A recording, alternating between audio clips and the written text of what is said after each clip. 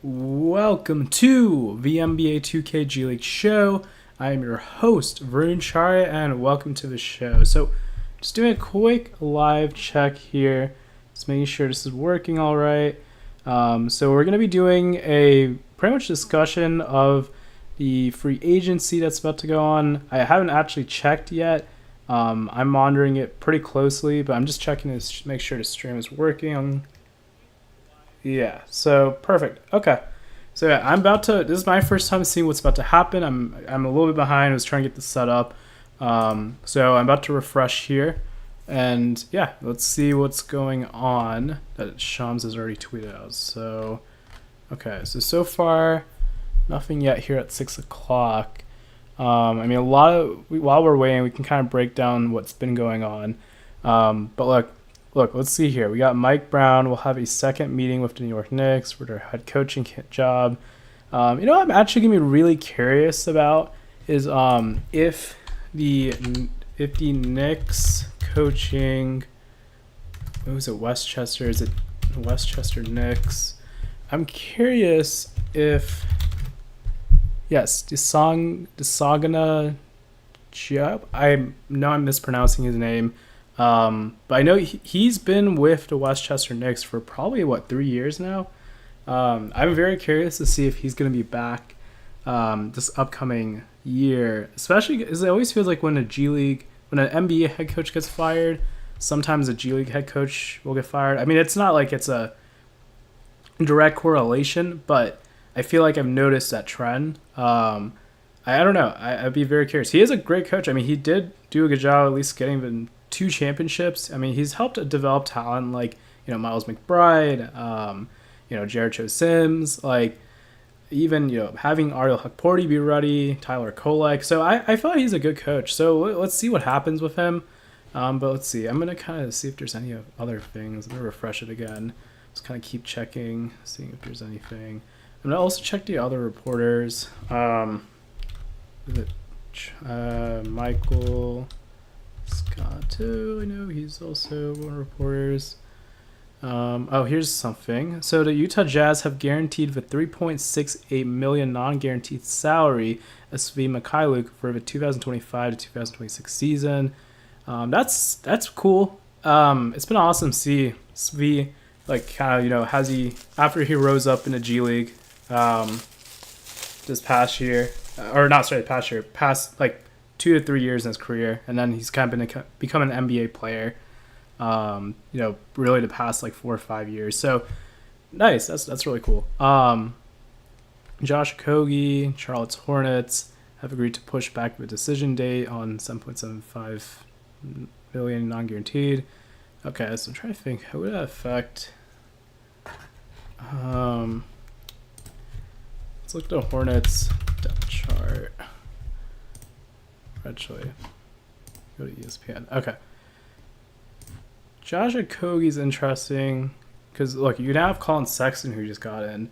But I'm curious who on the G League side here. So, okay.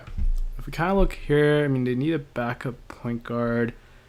Yeah, I think honestly, I'm looking here at KJ Simpson. I think KJ Simpson, this is going to be a real important year, especially Summer League too. He's still on a 2-way contract, so he's not technically even guaranteed for next year. He could very likely, the Hornets could just cut him any time they want. So that's going to be really important. I think, I don't know if he's going to kind of fight for those third string minutes. Obviously, I thought he did good when he could get an opportunity as a backup. So that's something I will be kind of monitoring very closely. But yeah, let's see what else. So, okay. Yeah, Daquan Jeffries. I think he's unrestricted, but okay. So not as too much there. Luke Kennard is expected to draw interest from several teams in free agency, including the Nuggets, Hawks, Rockets, Knicks, Clippers, Blazers, and Pistons. That's interesting. Kennard is not expected to return to the Memphis Grizzlies. Honestly, not. I kind of felt like, because they drafted Cedric Howard recently, and I think that's an interesting thing to hear about. Let's look at their depth chart, because I do think they I do think they're high on Cam Spencer. Um, I feel like I remember in the press conference that Zach Kleiman was doing at the end of the season. He was really happy with. I remember he was happy about Cam Spencer. So like you have Cam Spencer. I don't know if Yuki Kawamura is going to be back. They did draft Javon Small, which kind of makes me think because Javon Small's a point guard, they're not going to be bringing him back because Javon Small is on a two-way contract. Or I'm sorry, he's not on a two-way contract. My apologies. I don't know yet if he will be. I'm seeing second-round picks, but the Grizzlies sometimes have been on two-way contracts. I mean, but then some also just end up being rostered, like Jalen Wells. So maybe Javon Smalls does get like a two-way or a roster spot. We'll kind of see, but I don't know if Yuki will be back. So that's just something to kind of know. But if Luke Kennard doesn't return, I think that you have to look at Cedric Howard, who's still coming off. He was injured this past season, so you have to kind of just be more mindful of that. So then, does a guy like Cam Spencer get minutes? He'd probably be somewhere in this third string role. And I remember Cam Spencer. I'm gonna look at his game logs for the NBA. I thought he had a pretty good game at one point this year. He had 23 points against the Dallas Mavericks, but he also had 16 points. I do remember the 16-point game because that was the big one. Because I don't know if Dallas, that might have, I'm trying to think, was that the play-in or was that, or maybe that was right. No, that would have been regular season. So I don't know if they were playing like all their guys. This might have also been the Mavs were more injured, but Phoenix here, like this was a good game for him. So I'd be very curious to see like how he does. He also dropped like 40 points this year in the G League. So I hope he gets an opportunity. If maybe he'll slide in here at number 3 behind like Cedric Howard potentially. He has to have a really good summer league. This is going to be a huge summer league for him. But yeah, let's see what else is going on here. So I'm going to refresh here. Actually, I should probably do a duplicate so I can have the Shams also. Okay. Oh, here's news. Okay, Jaren Jackson Jr. So 5-year extension for Jaren Jackson Jr. Player options final year. Okay. So that's interesting. Oh, sorry, we're creaking. That is interesting. Okay, so yeah, as we go back here, I mean, yeah, I think also Jaren Jackson Jr. Look, G.D. Jackson didn't have as good of a second year that people were thinking he would. I think he was also hurt last year. I'll be very curious to see if he plays Summer League. It wouldn't shock me if he played Summer League for his third year. We'll probably find out like really, really soon. But yeah, I don't know about if G.G. Jackson will get minutes at the 4. Or like, I mean, if he'll, get more of an opportunity. Like, they still got Aldama, so we'll see. But yeah, G.G. Jackson also has to have like a really good summer league this year too. Okay, let's see what else. Just that maybe. So far that okay. Who else? Other what's his name? Chris Haynes, I think. Chris Haynes, yes. Okay, here's something they're talking about. There's my note. Just about LeBron. Sacramento Kings have arranged meetings via Zoom to talk with Dennis Schroeder and Russell Westbrook. Kings are looking to acquire both, but have other point guard options to speak with. Okay, let's look at the Kings depth chart here. Look, what's interesting is I'm really curious. I guess is Devin Carter. I guess you consider him more of a 2 than not a 1. Or maybe they're just not high on. I know they were trying to like look at potentially trading him this year, this season or the summer. I guess they're saying he's more of a shooting guard and a point guard, but I'm gonna look back at the stats. I know he was hurt this past year too. He was recovering from his injury, so that is something to keep in mind. I feel like, but I don't know. I guess maybe they feel like he's not yet ready to take the backup point guard spot. Maybe.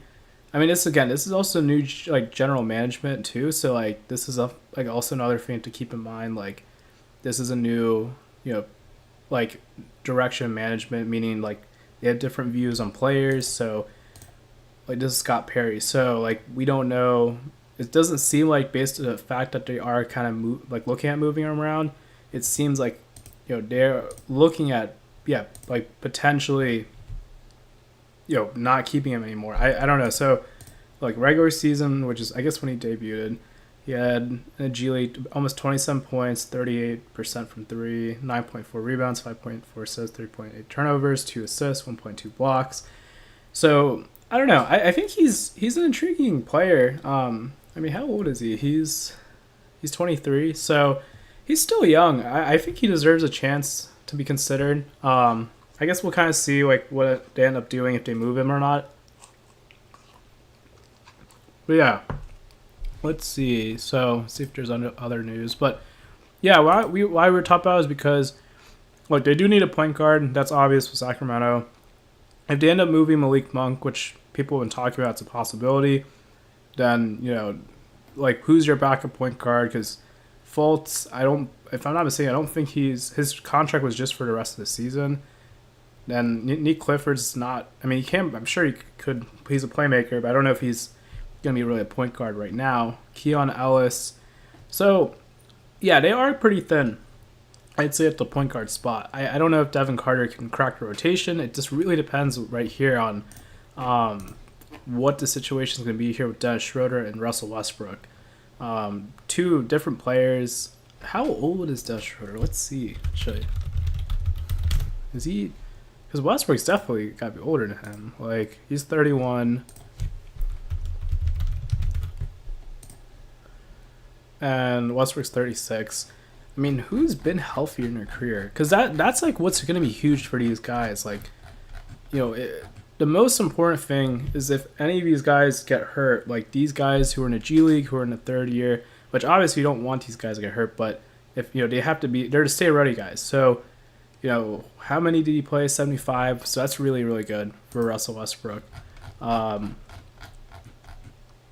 Okay, and then he played pretty much the same amount. So, yeah, if you're going like 52 would be 78. Yeah, so that's pretty much the same amount of games they both played.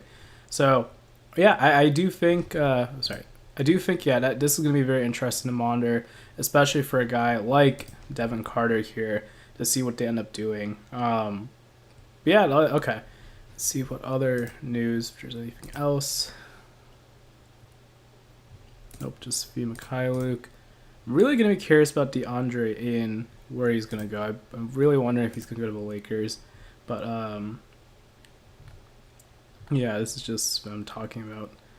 The deal, the extension. Okay, Santi Aldama has agreed to a 3-year million to return to the Grizzlies. It's kind of what I was thinking was going to be. What we're talking about with Gigi Jackson, that was going to be an important thing. Is like, yeah, Santi Aldama right now is ahead of him. And I think Gigi Jackson, again, will need to have a very good summer league if he is going to play, or just a really good offseason and training camp if he can try to crack the rotation. But let's see. Okay. So those three. I'm trying to think there's others. I know there's Jake Fisher, who also does covering. So let's see if he has anything.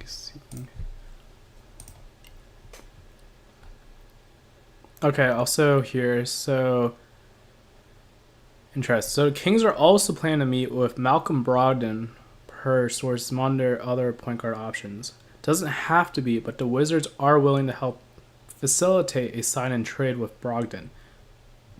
Okay. So another point guard that they are looking for. I know also Mavericks are also looking for a point guard, especially with Kyrie. Let's kind of talk about the Mavericks here. Let's look at their depth chart, because this could affect a guy like Brandon Williams. So look, Brandon Williams right now is your starting point guard.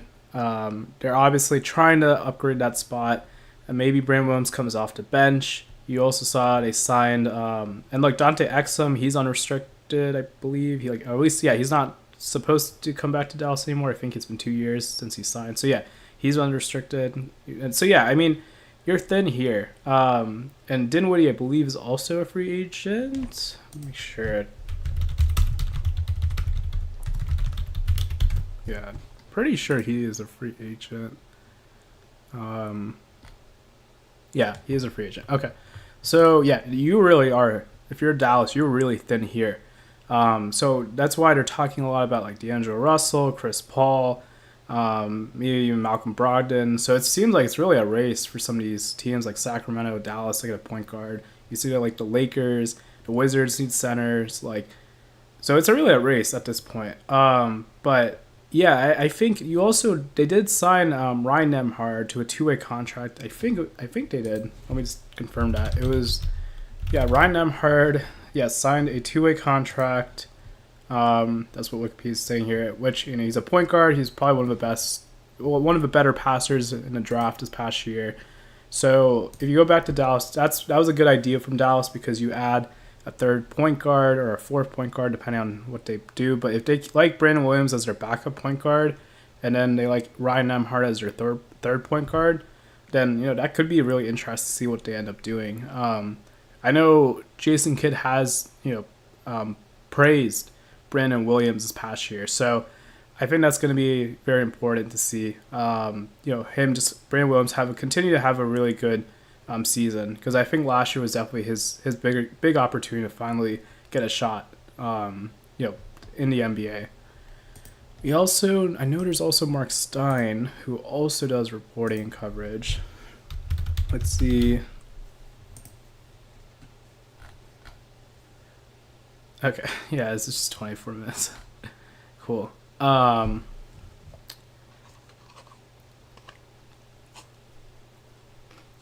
Okay, so I guess while we're waiting, I'm gonna keep just checking real quick to see if there's anything else. I'm sure there's like so many things going on. Let's kind of talk a little about Summer League while we continue to wait for more news. So the Summer League rosters, I believe, were dropped. I know some of them were. Okay, so let's talk about the Spurs. So the Spurs, I'm gonna try to see if I can zoom in. Okay, so look, this is Spurs Summer League roster. I don't know a lot of guys who have come out of college. I don't watch a whole ton of college basketball. I usually get to know guys as they go into the G League, and the NBA. But I definitely know so many guys who were in the draft this past year. So I know Carter Bryant. I've definitely watched him. Dexter Dennis. So if any of you guys don't know, he is a player. He's a guard. He was actually part of the Sacramento Kings G League team, the Stockton Kings, who just recently won the G League championship. He was really important actually for Stockton, in the finals and honestly even in the playoffs. So, it's cool they got him. That's gonna make this team pretty stacked. And they actually do have familiar faces on this team again, like Ibrahima Diallo. I know I'm butchering that. I apologize, but I know that they have him who was with Austin this past year. Obviously, they have some more rookies here again. They have Dylan Harper, their number 2 pick. Harrison Ingram, who was on a two-way last year, who's returning. David Jones Garcia, that's interesting because you kind of forget you have these guys from Mexico City Capitanes who there's good players there who can't play. There's not like a Mexico City NBA Summer League team. So, these guys are then end up kind of going to these different these different NBA Summer League teams. So yeah, it makes sense. I liked it because I think David Jones Garcia is really fun to watch. So Kyle Mangus, I'm not too surprised, but they actually did trade for him pretty recently. So I'm really curious to see if he's going to be back next season. Some guys maybe will play. If they just play in the G League with that team, they might play the Summer League again. But it's very possible like Kyle Mangus could be with a different G League team next year. But the Spurs did trade for him. Austin did, and it kind of has a little bit of interest from San Antonio. I'm sure, that they were interested in trading for him. So, this was probably what the trade happened in March. So it's not like it was super far away. So this doesn't surprise me. Kyle Mangus is with the Spurs Summer League team here. Nate Mensah did play with the Spurs, with the Austin Spurs this past year. He also played for San Antonio Spurs, the Summer League team, last year too. So it's pretty cool to see that they were actually able to bring him back. I do believe they still own his rights because his contract was bought out by the Austin Spurs. And look, anytime a G League contract gets bought out, that means they do retain the rights to that player. So they could bring back Nate Mensa again if they want this fall. Riley Minix, he was a standout summer league player last year. Had a good, he had a good training camp, and then they ended up actually deciding to keep him on a two-way contract. But then he got hurt. I can't remember what the injury was, but he was hurt like midway-ish during the season. They didn't end up cutting him. They kept him actually for the remainder of the season, which is really a huge thing that they really valued him even though he was injured to keep him around. But yeah, I guess he's technically still in a two-way. So Amari Moore, I believe, did he play with the Raptors? I do remember that name. I feel like the G League team, the 905. Yes, he did. Okay, so he was overseas this past year, right? Okay, yeah. So that's pretty cool. They were able to get him. Jameer Nelson Jr. was with the Austin Spurs. Osei Osifo, I've heard of him. He's also was with Austin last year. I do remember seeing his name. But yeah, you just see a lot of the Austin Spurs team is also on this summer league roster, including the new San Antonio Spurs draft picks and some guys from some other G League teams, and then obviously guys who played at big colleges too. So that's pretty cool to see as well. Just checking to see if I'm still here, still streaming. All right, cool. All right, I'm gonna go back to Shams here. I'm gonna see if there's any other information. All right. Nope, just still same thing. Jaren Jackson Jr. Here, let's check Jake Fisher.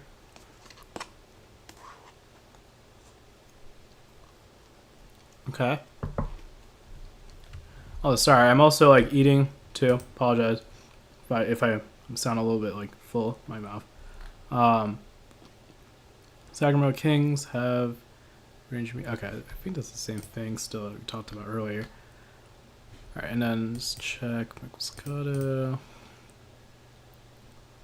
All right, so same thing so far. So let's kind of go to another roster while we're waiting. Okay, here, Warriors similar roster. All right, let's zoom in. Can I zoom in? But yeah, okay, so look, we'll start here. We'll start with Taron Armstrong. Taron Armstrong was there. I don't know why it says he's a rookie. He's a first-year player. Anyway, Taron Armstrong, he came from the NBL last year. He was doing really well. The Warriors decided to sign him to a two-way contract. I think he came by, was it February or March timeframe? So he is one of our current two-way guys, and he's hoping to make an impact. And look, the Warriors guys, look, Pat Spencer last year was one of those guys on a two-way who was part of that Warriors Summer League team, and so was Kevin Knox. The Warriors are not afraid to lean on some of these guys and bring him in during maybe to Santa Cruz, to then bring him up to the NBA side of it. And so, it's I think that, the Warriors have done a really good job utilizing Summer League. So I think that's a really cool thing to see with their team. Jules Bernard, I love Jules Bernard. He was with the Capital City Go-Go, the 2023 to 24 season, and the season before that too. I've got to see him play so much with the Go-Go, so really happy for him. Marquise Bolden played last year with the Warriors in Summer League. I don't know if he got hurt. I'm trying to remember. Did he get hurt? I feel like he did, or maybe he didn't get hurt. Say the got a right Achilles injury. Okay, I don't know if that meant he was out for this past season. So I'm not entirely sure if the injury was. Oh, he said it was an MCL sprain. Oh wait, that's something else maybe. But yeah. So I don't know if this injury to Marquise Bolden during Summer League last year was a right Achilles injury. I don't know if he tore his Achilles. I'm not too sure about this, but. See if we can find any information. But if he was hurt, then I guess it's nice to see her bring him back. I'm just gonna check something. Okay, so if he was hurt, it's possible he sat out last year and didn't play. I do know that the Osceola Magic do own his G League rights. So if the Warriors like decide they want to bring him to Santa Cruz, they would need to trade for his returning rights. And I don't know if how many draft picks the Santa Cruz Warriors have at this point. They do have returning rights to guys, so they'd probably be trading like their 2027 picks. They might be also able to trade some of their pre-existing picks that they got from other G League teams, and then just trade like returning rights. And they could also like do 3 or 4 team trades to make it a way to get his rights. Like that's just kind of how it does work with the G League in the fall. Is like how they are able to get the rights for some of these guys. But yeah, I'm gonna keep checking here. Let's see. So, all right. Mari Moore, Jameer Nelson. Oh wait, sorry. My apologies. This is wrong roster. That was Spurs one. Should we close out? Okay. So yeah, Marquise Bullen. So here's some rookie guys who went undrafted, I believe. Interesting. I have another guy from the NBL. Actually, I know they also had their draft pick, Alex Tucci, also, who's NBL. They have a lot of NBL guys. That's pretty cool. Blake Hinson, if you don't remember him, he actually played for the the Lakers last year on a summer league. He was actually on a 2-way contract, but then he was cut, I think, like in September when they needed to sign, I believe it was Christian Coloco, or maybe this was this before Christian Coloco? It was Quincy Oliveri, Christian Coloco. Who was their third 2-way guy? But they pretty much had to cut him in September, and so he ended up then joining the Warriors. He joined Santa Cruz. And so he was somebody I'd be curious to see if he gets a call up if he decides to come back to Santa Cruz or play for a different G League team this upcoming season. But yeah, he's somebody not surprised he's back with the team again. And I think even last year you kind of saw some guys from Santa Cruz, play again with the Warriors. They're kind of their second or third year. But let's see, some more rookies here. And then Isaiah Mobley, he's the brother of Evan Mobley. He played for the Cavs for about 2 years, and this past year he played for the Delaware Bluecoats. So that's actually pretty cool. Will Richard and Alex Tucci, who we talked about, those are guys who they got in trades in the second round, I believe, from the draft. Jackson Rose, their other 2-way contract player right now. And then, Dante Scott, I think that's also not accurate because I'm pretty sure I feel like he played the Warriors of Santa Cruz, maybe, or Summer League last year with the Warriors. But Jane Shackelford for sure is definitely not a rookie. But Jane Shackelford, he played for the OKC Blue and won in that championship. Let me just pull his Wikipedia. But he played for the OKC Blue that won that championship in 2024. Right here, and then he got traded to the Valley Suns, and there were points where he was having like 40 points a game with the Valley Suns. So yeah, I really like that the Warriors decided to sign him because he's definitely a shooter for sure. You can come off catch and shoot, I feel like, and like come off the pick and roll. Like I think he's a great shooter, so I'm pretty excited about Jane Shackelford here. But yeah, let's see. Okay, let's see if there's back here to Sham, see if there's any other reports, any other information. Okay. Oh, we were literally just talking about this earlier. Wow. Okay. The Memphis Grizzlies and guard Cam Spencer have agreed to a 2-year, $4.5 million fully guaranteed contract. His agents finalized a deal with Memphis executives after Spencer had flashes of strong play as a 2-way rookie.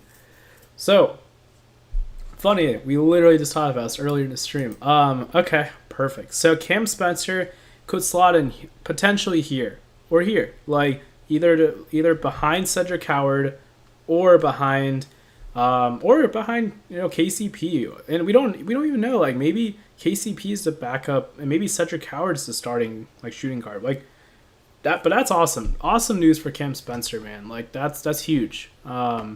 So yeah, no, that's really exciting. I still think he'll play Summer League though. That's probably my guess, but still, that's actually that's awesome. Cool. okay, here's some news here, which was people did say it was probably going to happen. So, free agent forward Dorian Finney-Smith has agreed to a 4-year, $53 million deal with the Houston Rockets. Major acquisition to bolster Houston's wing depth. So, okay. Oh, yeah, we'll get back to this. So, okay. Let's look at the Rockets depth chart. So look, the two guys who I think we want to kind of be looking more at from the G League side is Reed Sheppard and Cam Whitmore. Cam Whitmore is probably the big name that's been kind of circulating around a lot right now. This like this summer, I think a lot of people are thinking, excuse me, a lot of people are thinking that the Rockets will more likely move on from Cam Whitmore, especially after they did that trade with Kevin Durant. And then now that they're signing Dorian Finney-Smith, who, look, if you have Dorian Finney-Smith here as your as your backup, because I think this is probably going to be, it looks like this would probably be their starting lineup-ish. Or maybe if Jabari Smith is the 4, Kevin Durant's the 3, then honestly, like, Tari Eason, Dorian Finney-Smith here at the 4, so pretty much Cam Whitmore would be out of this rotation here. With Dorian Finney-Smith coming in, Cam Whitmore falls to back to a third, which is where he's been his first 2 years.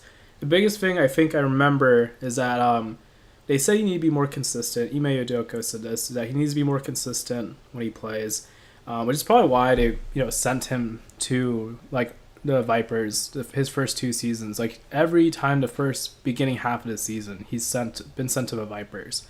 So I'm very curious like what they're gonna do. I've been seeing things about potentially him getting traded, but this is something that's huge. I know they said Aaron Holiday re-signed. I think for a guy like Reed Sheppard, this is going to be a very important summer league for him. Very important training camp this fall, off season. He has to be able to show Udoka he can play backup point guard minutes, in front of Aaron Holiday. So this will be very important for Reed Sheppard. I think this upcoming 4 or 5 months. Well, I guess training camp, regular season starts October, so 4 months. But okay, interesting. I did see something else here. So free agent Paul Reed has agreed to a 2-year, $11 million deal to return to the Detroit Pistons. Reed played a versatile role for the Pistons front court. Okay, so all right. So let's look at the Pistons depth chart.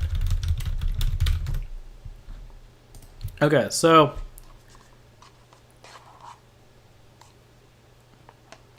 if you look right here, Isaiah Stewart, we know he's had injury. He has been injury prone at times in his career. So having Paul Reed is a really good idea behind Jalen Duren. I thought this was a great move by the Pistons, by Trojan. Question is Tolu Smith going to be able to get minutes? Tolu Smith did give him a qualifying offer to return, I believe. Now, I am going to first just say this outright, that if a team does give a player a qualifying offer for a 2-way contract, that does not mean they are going to play the upcoming season with that team. It's not a guarantee. So I just want to make that very clear. So you're seeing a lot of teams right now are giving qualifying offers. But remember, qualifying offers, they're not guaranteed at all. So it's very, very possible that those players can end up somewhere else. And so, just something to keep in mind, as we're going into, as we kind of continue to see more of these deals happen. But, Tolu Smith, I think, this summer league is going to be important. Again, I'm going to continue to keep saying this for a lot of these guys here. Summer league is important. Off season is important. Training camp's going to be important, for these guys to try to potentially make, at least try to show they can get more trust with the coach.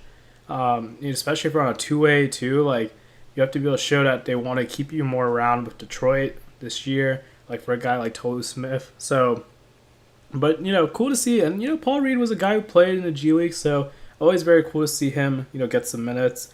But yeah, all right, see what else is going on. All right, going back here.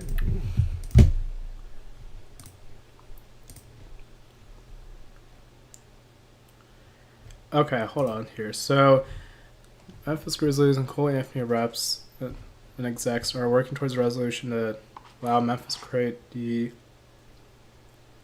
necessary cap space to extend Jaren Jackson Jr. while giving Anthony an opportunity to find his next destination. Okay, so that makes sense. Actually, that makes a lot of sense. So, okay, if you look here, we'll go back to the Grizzlies again. If Cole Anthony's not here, that's why it's even more important you have Javon Small. If Javon Small gets rostered, which I haven't looked too much. Actually, let me see if I can find it real quick. Javon Small rostered or two-way contract. See if they've said anything yet. It was expected to be. I think they're saying it's going to be a two-way contract.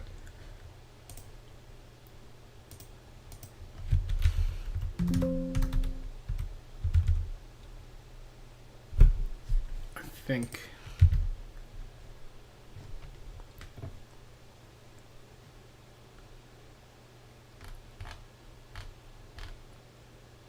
Okay, so maybe this isn't gonna be maybe Javon Small. Oh, it's actually likely signed. Likely, I don't know if that's if confirmed it. I think so. Maybe he is. Like Small would go him. So I guess I don't know if they've announced that yet. So we'll see right here as we continue to keep going through the depth chart. But Javon Small is on a two-way contract. It's kind of like what they did last year with Yuki Kawamara, who was kind of the third point guard they kept on a two-way. And he still was able to play some games with the Grizzlies. And then when they didn't really need him as much, they kind of then put him back with the hustle. I think Ja Morant's health is going to be the huge thing you have to be monitoring this upcoming season. And, what the Grizzlies decide they want to continue to keep doing with Ja Morant. As they continue to move forward with their partnership. So, yeah, I think that's something to monitor. You have Scottie Pippen Jr. So, if Ja Morant gets hurt again, Scottie Pippen Jr. slides in. But then you have to really start thinking about who plays, backup point guard minutes. So yeah, I think I'd be very curious to see how Javon Small is going to play this year, summer league, and hopefully gets the opportunities in more of the NBA this year too. Okay. Interesting. So Jake LaRavia has agreed to a 2-year, $12 million deal with the Los Angeles Lakers. Okay, so that's interesting. I know I would shout out Lakers Nation. I really like Trevor Lane. I know he does Lakers Nation. He was actually doing I think I was doing a YouTube interview with. He was doing an interview with Jake LaRavia, and funny enough, they were in the car next to him. He was at an event, and in the car next to him, like they were doing the interview for 20 minutes. It was like his it wasn't with Lakers Nation. It was with Trevor Lane. I think Keith Smith. They do a show. I forgot the name, but they were just interviewing Jake LaRavia, and then 20 minutes in, Trevor Lane's kind of be like, yeah, so Jake, like, have you thought about ever maybe joining the Lakers? And then he kind of starts smiling, and then he kind of pivots his camera selfie, and next to him is Austin Reeves. So this is quite funny. And Austin Reeves and Jake LaRavia, I believe they said have the same agent. But, wow, so this is interesting that the Lakers just got Jake LaRavia here. First of all, I just want to say too, Jake LaRavia has really put in the work, man. Like I've gotten to see him, with the G League, like to see his rise in the past 2 to 3 years. He played 3 summer leagues. He played in the G League really his first 2 years. Like, then he really got an opportunity this past year with the Grizzlies, and he got some opportunity last year with the Grizzlies too. But then I think he was hurt for part of the Grizzlies injury season. But good for him, man. Like, it's awesome to see that. So let's talk about the Lakers depth chart, because look, the Lakers just lost Dorian Finney-Smith. So this was a good move from Rob Pelinka. At least I think so. Okay, so look, you see right here, we don't have it updated yet, but you see they have like Luka, Austin, Rui, LeBron, and we'll see what they do here for a center. But the 3 and the 4 spot is kind of their thin area. You have Vanderbilt too, but I guess your guard area, you have Jordan Goodwin. They need more depth. A guy who pretty much they don't have Dorian Finney-Smith, so those minutes are gone. So now you have to kind of look at Jake LaRavia filling those minutes. But now they just drafted Adu Tyro. Yeah, I'll learn how to say that right. Hopefully very soon. But he was their recent draft pick. I would imagine he would probably spend a lot of time with South Bay this year. It kind of feels like that's the trend the Lakers do, especially for a team who's trying to win championships. They develop these guys like Max Christie played a lot in the G League his first year. Bronny's played a lot in this G League his past, his first year. I don't know if they had a draft pick. Who else? Oh yeah, Maxwell Lewis. But I think with Adu here, like if he can really improve his shooting, he could be a really good player too for this Lakers team. I think this was a great move from Rob Pelinka to kind of pivot. Seeing who else they have here. There are two ways. I know they signed Eric Dixon recently. I think it was Eric Dixon actually. Let me make sure I got this right. Eric Dixon. So Eric Dixon, okay, so he's he's a power forward out of Villanova. So he's on your two-way. And actually, while we're talking about the Lakers here, let's kind of continue to go back to their center. Look, their two-way contracts right now is Eric Dixon, Trey Jemison, Christian Koloko. When you have that, and then you have to find a starting center, which they're doing right now, they're going to have to think of guys who can be ready to play, be in that stay-ready group. So, can they look for other center options in the summer league? I'm sure I wouldn't be shocked if they did that. Like, they're going to keep looking for guys for South Bay for this year. But I think that's something to monitor because, Jackson Hayes is unrestricted. Alex Lund's unrestricted. Really, you don't have a lot of center depth. Your backup center is Christian Koloko or Trey Jemison at this point. So, and I guess maybe Maxi Kleber is he? What is his contract in? Is he a free agent or is he unrestricted? Okay, so he's still technically there, but he's not really a center. He's more of a four. So that's going to be the thing that I think you're going to have to really look at depth-wise. I think it's a good idea the Lakers are bringing back Christian Koloko and Trey Jemison on their two ways that they gave them the offer to come back. So I think that's huge that they were able to do that. And so, I really like that idea. And let's see what they do here. We've now seen that they've decided to sign Jake LaRavia. Let's see what's about to go on next. So, okay, it's just still about Jake LaRavia. I don't know if I missed anything. I'm just going to check here. Okay. Let's see, I'm going back to Jake Fisher here. Nothing there yet. Mark Stein. Still nothing else there. Chris Hands maybe. Okay, same thing. And then Michael Scotto. Which is the same thing. Okay. Well, let's kind of pivot now back to Summer League again. I know there was another roster that was announced. Jazz. Oh, here we go. Oh, cool. Cool. Okay. So, Scott Morrison. I've heard that name. I'm going to look him up. Because I saw the Summer League roster earlier. Oops. And I was wondering who Scott Morrison was. Basketball. Okay, he's an assistant coach with the Jazz. Oh, okay, you're right. He was an assistant, or he was a head coach with Salt Lake City. That's right. Okay. Okay, so this is pretty cool. So they've added Adama Sanogo to their roster. Awesome. So, okay, we'll get to Adama in a bit. So, look, first thing is a lot of these guys actually are players from Salt Lake City, like the Salt Lake City Stars, like Max Abmas. They also have Jalen Gainey, Dane Goodwin. Those are a few guys who were with the team last year with Salt Lake who are going to be back again. And so it's not not too surprising. I remember even last year's Jazz Summer League roster had a similar thing where they had guys who also played with the Summer League, who played with Summer League with the Salt Lake City Stars and played again, played the G League with the Stars and then played Summer League that summer after. So, we obviously know Ace Bailey, Walter Clayton Jr., their 2 draft picks, along with, was it John Tonji? Like I said, I will learn how to say these right with time. But Isaiah Collier, we know played last year. Kyle Filipowski, we know played last year. Elijah Harkless, who's their current 2-way contract player. What's interesting is I don't see Oscar Tshiebwe actually on this list.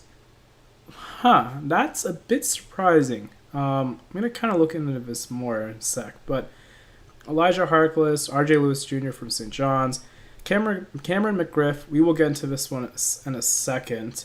And no, I guess they're saying an NBA years up, but okay. Selton McGill. Okay, so rookies.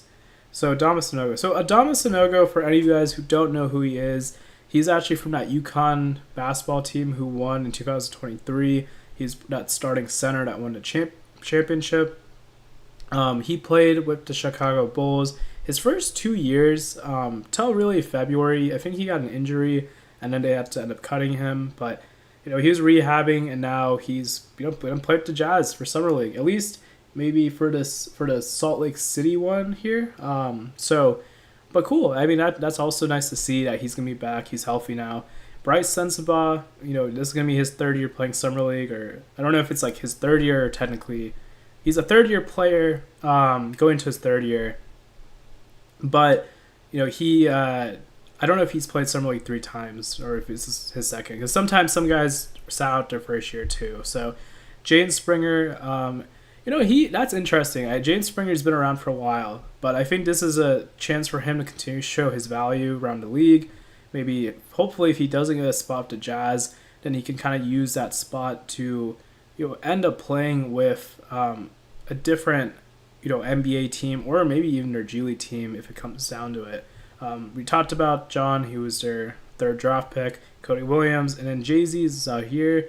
I've heard of him. I think I've seen him play with the Blue Coats before. So, and then Scott Morrison. So, pretty cool roster here. I'm gonna look into the Oscar Tshiebwe thing because that's actually kind of interesting why he's not on this roster. Because I thought he was supposed to play. Yeah, it makes 2-way. This is interesting. Maybe my guess, if it really has to do with this, maybe it has to do with the qualifying offer and maybe he had to sign it.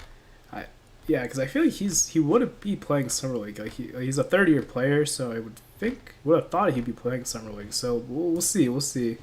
But let's see.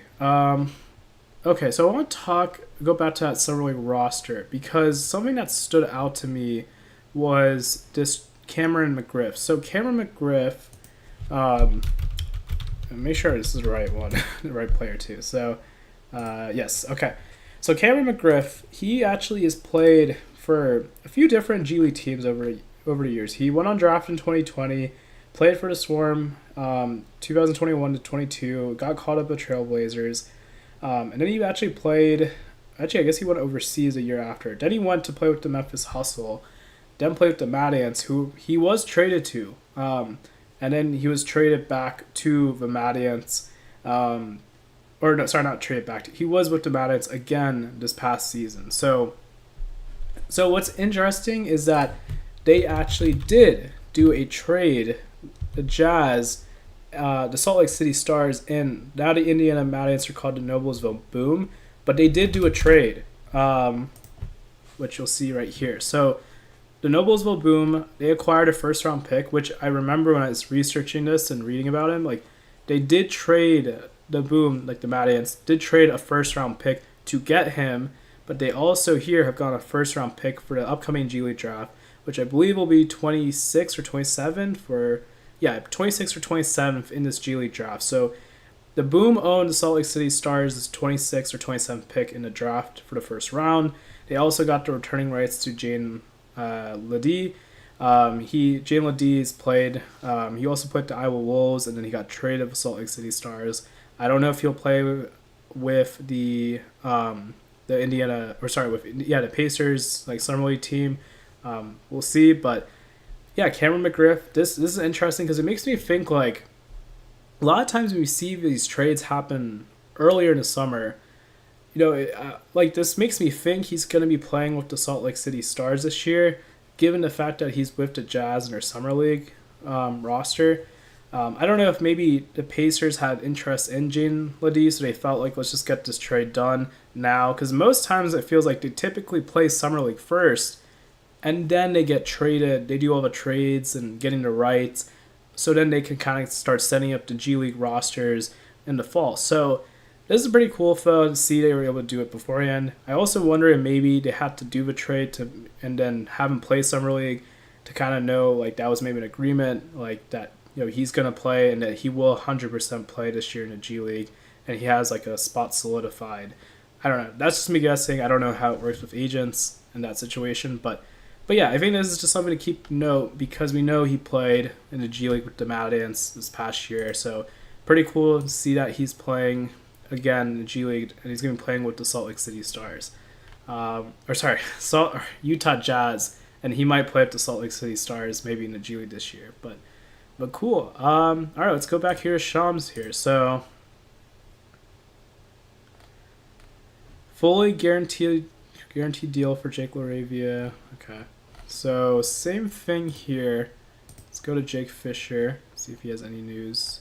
Same thing about Brogdon, Mark Stein. Okay, so same. Oh, that's rosters. Okay.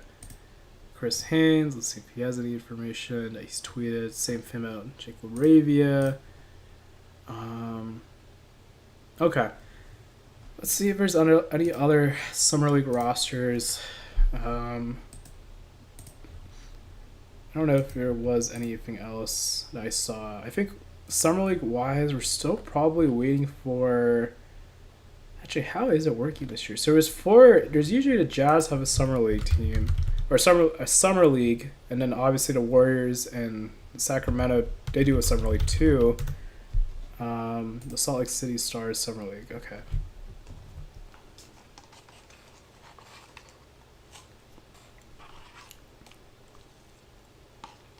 So, okay, what are the 4 teams here? So Grizzlies. Okay, sorry for the Creek. So Grizzlies, Thunder, 76ers, Jazz. Okay, so Grizzlies still need announcers, Thunder still need announcers, 76ers still need announcers. Okay, so we still are waiting for those 3 teams. Kings, then was it Warriors, Summer League. Oh wait, this might be just the schedule. Actually, this will kind of give us information here. The Lakers still need to announce their roster, the Spurs need to announce their roster, and the Heat still need to announce their roster. Or no, sorry, Spurs did. We already talked about. So Lakers still, and Heat still do. And then wouldn't the Kings? Are the Kings also in this too? I'm trying to see. California Classic at the Chase Center. Oh, is it not this time going to be in Sacramento? Or let's see. Oh yeah, Kings Summer League. Okay.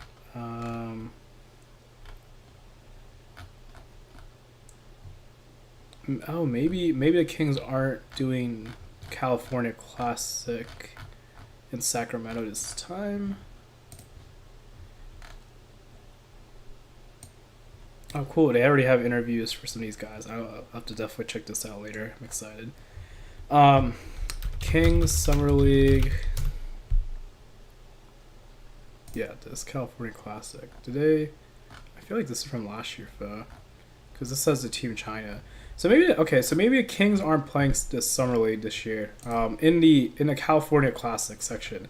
To be clear, all 30 teams play in the Vegas Summer League typically. So but these other do other leagues like they used to do an Orlando Summer League, which was a private event only, like for agents, scouts, team executives. But then they also end up doing like the Jazz Summer League, and then they used to do like they started doing like this Kings and Warriors like Summer League, kind of like at their arenas too. So looks like it's just kind of going to be at the Warriors at the Chase Center this year. But so that means we still need to rosters, yeah, from the Heat, and then what was it? Yeah, we still need a Heat's roster, and I believe we also need the Lakers roster. So okay, I guess we'll kind of see what keeps happening. Let's go back to Shams here, see what else is going on. Oh, okay, here we go. D'Angelo Russell has agreed to a 2-year deal with the Dallas Mavericks. Okay, not too surprised. They were kind of talking about this a little bit. I had Dallas pulled up here earlier. So, excuse me. So Dallas, yeah, like we talked about, Russell is going to be your point guard. Do you think Brandon Williams is your backup point guard? I think that's the question that you're asking yourself as you're going into the season. And then you also have Ryan Nembhard, who could be your third point guard if Brandon Williams is your second.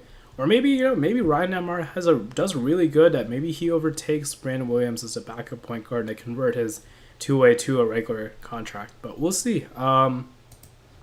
Trey Jones has agreed to a 3-year, $24 million deal to return to the Chicago Bulls. I'm gonna look up their. Actually, I'm gonna keep the Lakers depth chart. Look up the depth chart for the Chicago Bulls. So Trey Jones, okay? So he's pretty much already there because he's returning. So Taylor Horton-Tucker, I believe was for a year, so I don't believe he's gonna be back. Javon Carter, is he a free agent? I actually don't remember. Contract. Say it was a 3-year. Okay, yeah, he had a player option. Okay, yeah, so he had a player option. So they still have Javon Carter, who could play their third point guard. Yeah, so I think, look, if you look at like a guy like Jameer Young, who is kind of like a point guard, shooting guard combo type of player, like you're kind of thinking about, like, is he going to be able to really crack the rotation? He's going to have to beat out a guy like Javon Carter for minutes. He's going to have to beat out like Trey Jones for minutes. So I really hope Jameer Young has a good summer league. Again, good. It's going to be the theme of this live stream. A good summer league, a good off season, and a good training camp. And hopefully does well enough where he gets more opportunities around the team. Then hopefully they'll keep him maybe around, but we'll see. And then, yeah, so I think that's, looking at a little bit at Jameer Young there. I actually don't know if EJ Little is going to be back on a two-way. It didn't seem like he will be. So he might be playing summer league with a different team this year. We'll see. Who's our third two-way contract player? It was Emmanuel Williams, who did get another qualifying offer. Emmanuel Williams is actually, he played, I believe he played, did he play with Team Canada? Or he might have been like, when he was like in the U18. But, he's a really tough player. He's kind of like a potential 3-and-D type of guy. Played with the Texas Legends, got called up to the Chicago Bulls on a two-way after the G League Showcase past this last December. So, we'll kind of see what they end up doing. We know that the Bulls aren't afraid to sign guys who have a really good summer league because we saw they do that last year with DJ Stewart. So, it's very possible. We'll see like if they end up to sign a guy that stands out. But, if Emmanuel Miller is back, and then, they just made this trade to get Isaac Okoro, who now, that might make it a little bit harder for Emmanuel Miller to kind of crack the rotation. Is Dalen Terry, I don't know if he's a free agent or if his contract's going to be guaranteed. Okay, so they did extra. So Dalen Terry still is potentially, so he's even in front of him. So it's definitely going to be a climb. You even have Julian Phillips, who's definitely a young player trying to get minutes too. Like, it's going to be competitive for those forwards and guards, honestly, in Chicago to get some of these minutes, to get into rotation. So we'll see what continues to keep happening. But let's go back to Shams here. Oh, here's something. Whoa.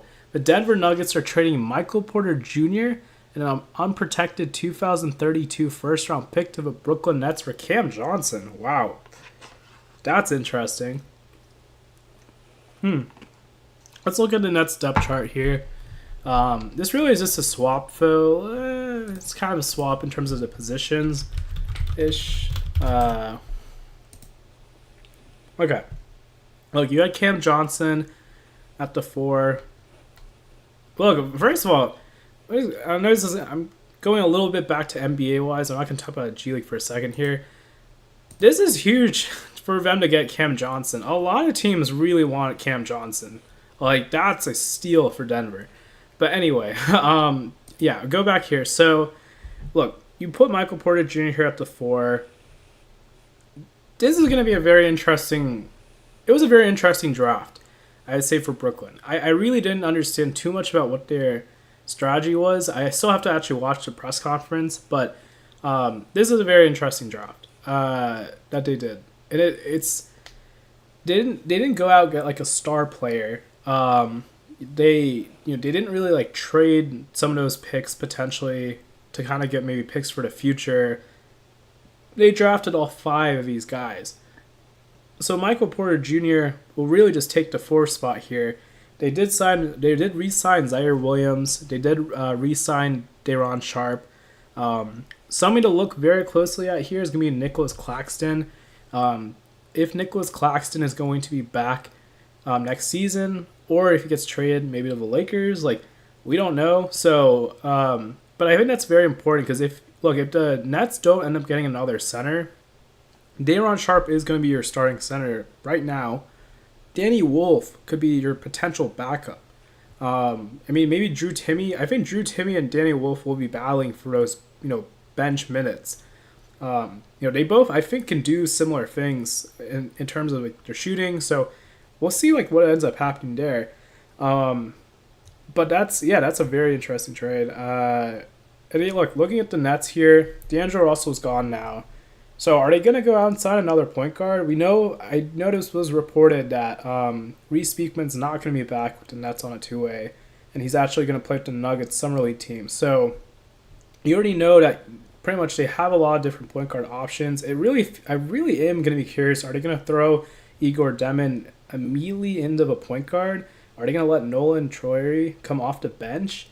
I'm going to be very curious like what they end up doing.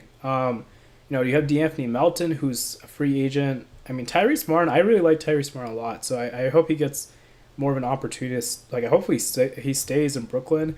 Actually, is his contract guaranteed this year? I feel like it's probably not. Just a way to do all these contracts. Let's see.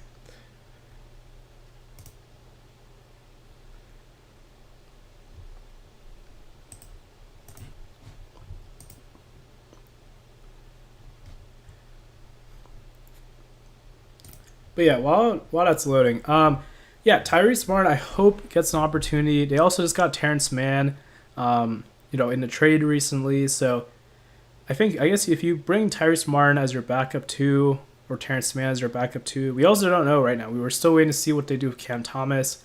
But yeah, they definitely have a lot of different players that they can bring in. Don't forget too on this team. Yeah, Drake Powell's there now too. I think Drake Powell's probably...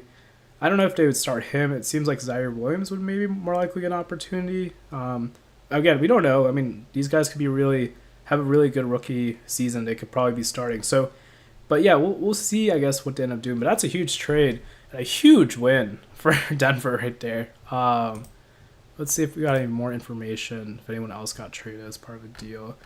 No, not else. Okay. Ty Jerome has agreed to a 3-year, $28 million deal with the Memphis Grizzlies. Wow. Player option in year 3. Okay.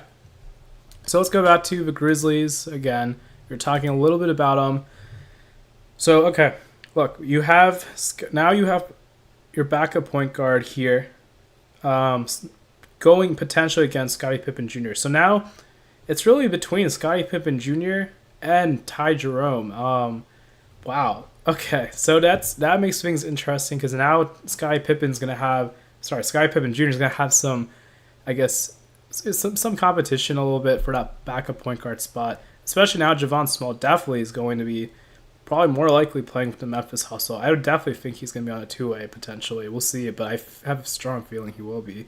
But yeah, if you have Ty Jerome here as your sixth man, and Scottie Pippen Jr. might be your three. I mean, both guys too are, I believe, are they close to the same height? I don't know if you'd really play them together, would you? I mean, well, actually no. Ty Jerome is taller than I thought. Okay, so he's 6'5".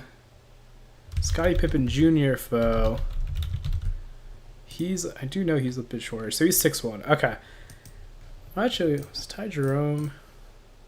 So, you could play Ty Jerome at the 2 here, and then it might end up kind of impacting a guy like Cam Spencer. But look, it doesn't hurt to have good depth. Like, Cam Spencer's going to be a good option to come off the bench if needed. So I really like the idea of what they ended up doing here by bringing him in, like Ty Jerome, because they can now put him potentially at the 2 if they want. And if Cedric Howard is having issues with injuries this season, or he's going to be sometimes like more day to day, you still have Cam Spencer. So I think this was a good move. And we don't know. Maybe they move on from KCP still. Maybe they're able to figure out a way to trade him. Like, we'll kind of figure out what they end up doing with that. But that's interesting. Okay. Oh, another trade here. Okay, Kevin Porter Jr. has agreed to a deal to return to the Milwaukee Bucks. Look, we still don't know what they're doing with Brook Lopez. It looks like Brook Lopez, what they're saying is that he's going to be on his way out.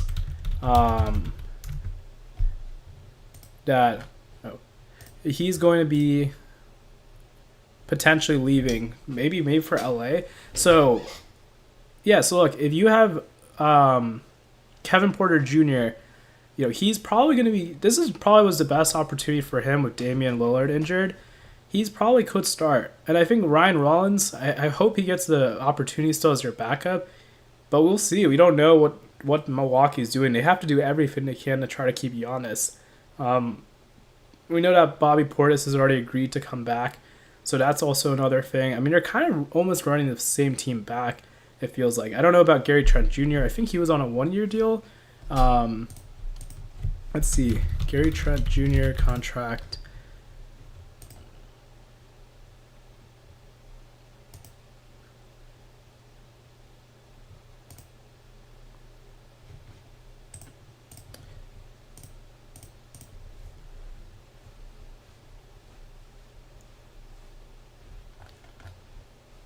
Let's see. Here, actually, better way to find it. Gary Trent Jr. Unrestricted. Yeah, he is unrestricted. Okay. So, if he is unrestricted, let's go back to it. So, okay, so you did have to think about, is your 2 going to be AJ Green? I don't know if Andre Jackson Jr., he doesn't seem like he's really played at that much. Chris Livingston, I also don't know what's going on there. Is his contract still guaranteed? Like, let's see. Okay, so he signed a 4-year deal at the time. The first 2 years were guaranteed. Okay, so that's interesting. So if the first 2 years were guaranteed, I have to see the exact date, but that potentially means that they could cut Chris Livingston because he's played 2 seasons now. So, yeah, I think they still have a lot more maneuvering they have to do here if you're Milwaukee. And then you also have Jamari Bouye, who I don't know if they did extend the qualifying offer. I'll have to check on that. But I do remember they did sign Mark Sears to the 2-way contract after the draft, who is going to be your other point guard. So it makes me wonder, like, would they bring back Jamari Bouye, who's also a point guard? Like, maybe they keep both because they need depth, especially with this Damian Lillard injury going on. But, again, Bucks are on a lot of pressure, it seems like. That's what everybody's saying, is that they're looking at Giannis as kind of seeing what the draft and free agency is looking like to kind of assess the situation. But, yeah, let's continue to see what's going on. So, okay. Oh, wow.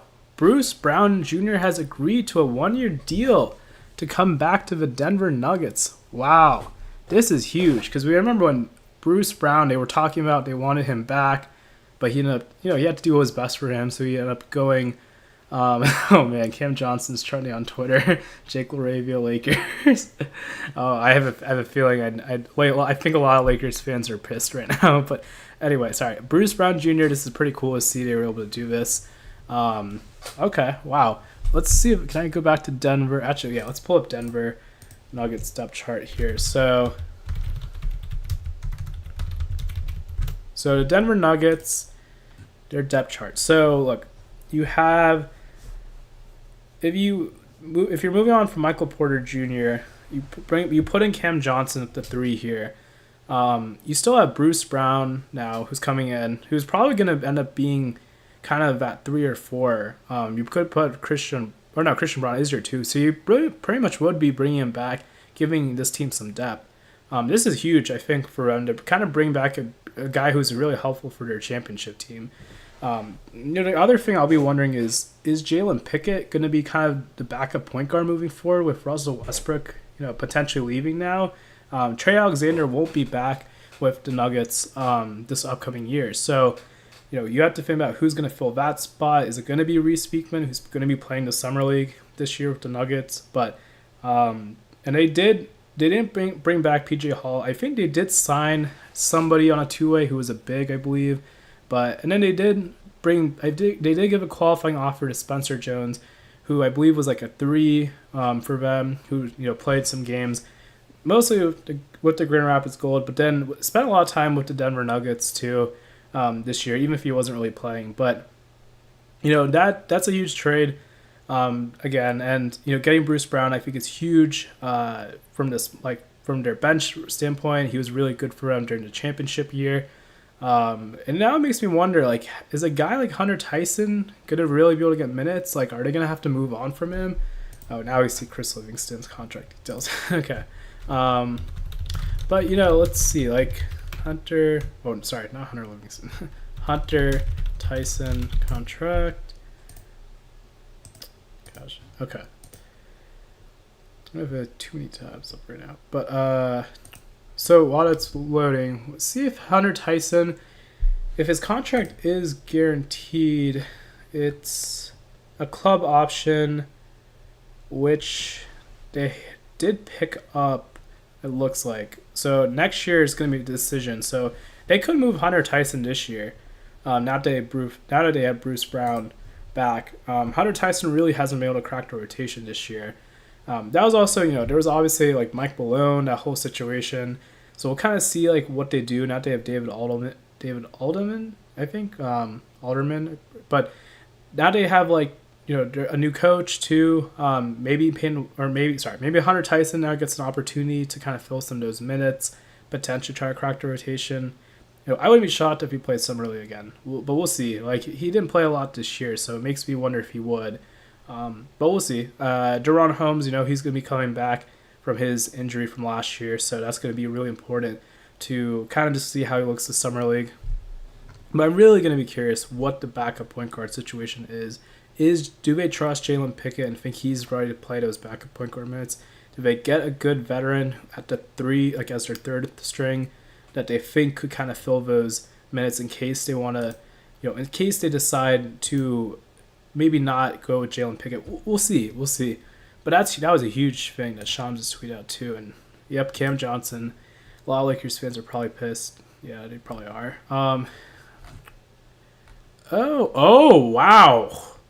Wow. This is huge news. Obviously it's huge news depending on how you take it. But if you're a Warriors fan, this is heartbreaking. Kevon Looney has agreed to a 2-year, $16 million deal with the New Orleans Pelicans. I love Kevon Looney. I remember did he win a G League championship? It's been a while. I think his rookie year he might have won a G League championship, maybe. No, okay, it was probably a year. I think it was a year before he got to Golden State Warriors. But he's a 3-time NBA champion. We know he's been a center.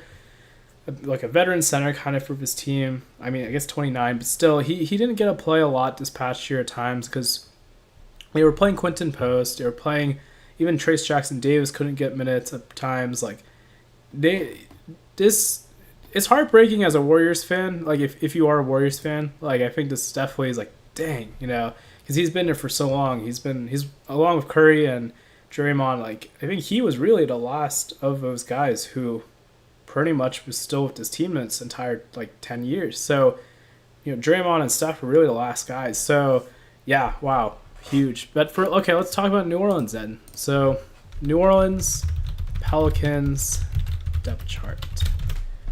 All right. So look, they have a lot of bigs. So Yves Missi, Derek Queen, Carlo Matkovic, Kyler Kelly, who I'm pretty sure isn't going to be back, Zion Williamson, who's here for. So look, they have a lot of bigs guys. So like Derek Queen, he's your rookie that you literally traded your lottery pick potentially for next year to the Hawks for. You have Yves Missi, you have Carlo Matkovic. Look, this is a new management. This is Joe Dumars here. Joe Dumars is about to really go in. He's already changing things up. We've already seen that CJ McCollum's gone. They drafted Jeremiah Fears. Is DeJounte Murray next? Like we don't know what's happening here.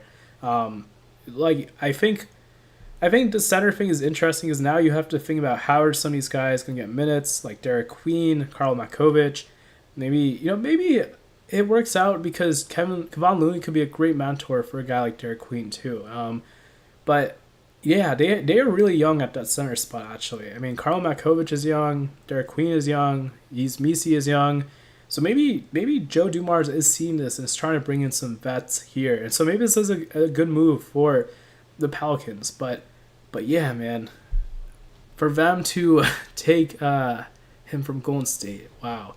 And they did sign a center to a two-way contract. Center two-way. I'm trying to remember his name. It was something. I think it was Hunter Dickinson actually. Yes, Hunter Dickinson to the Pelicans.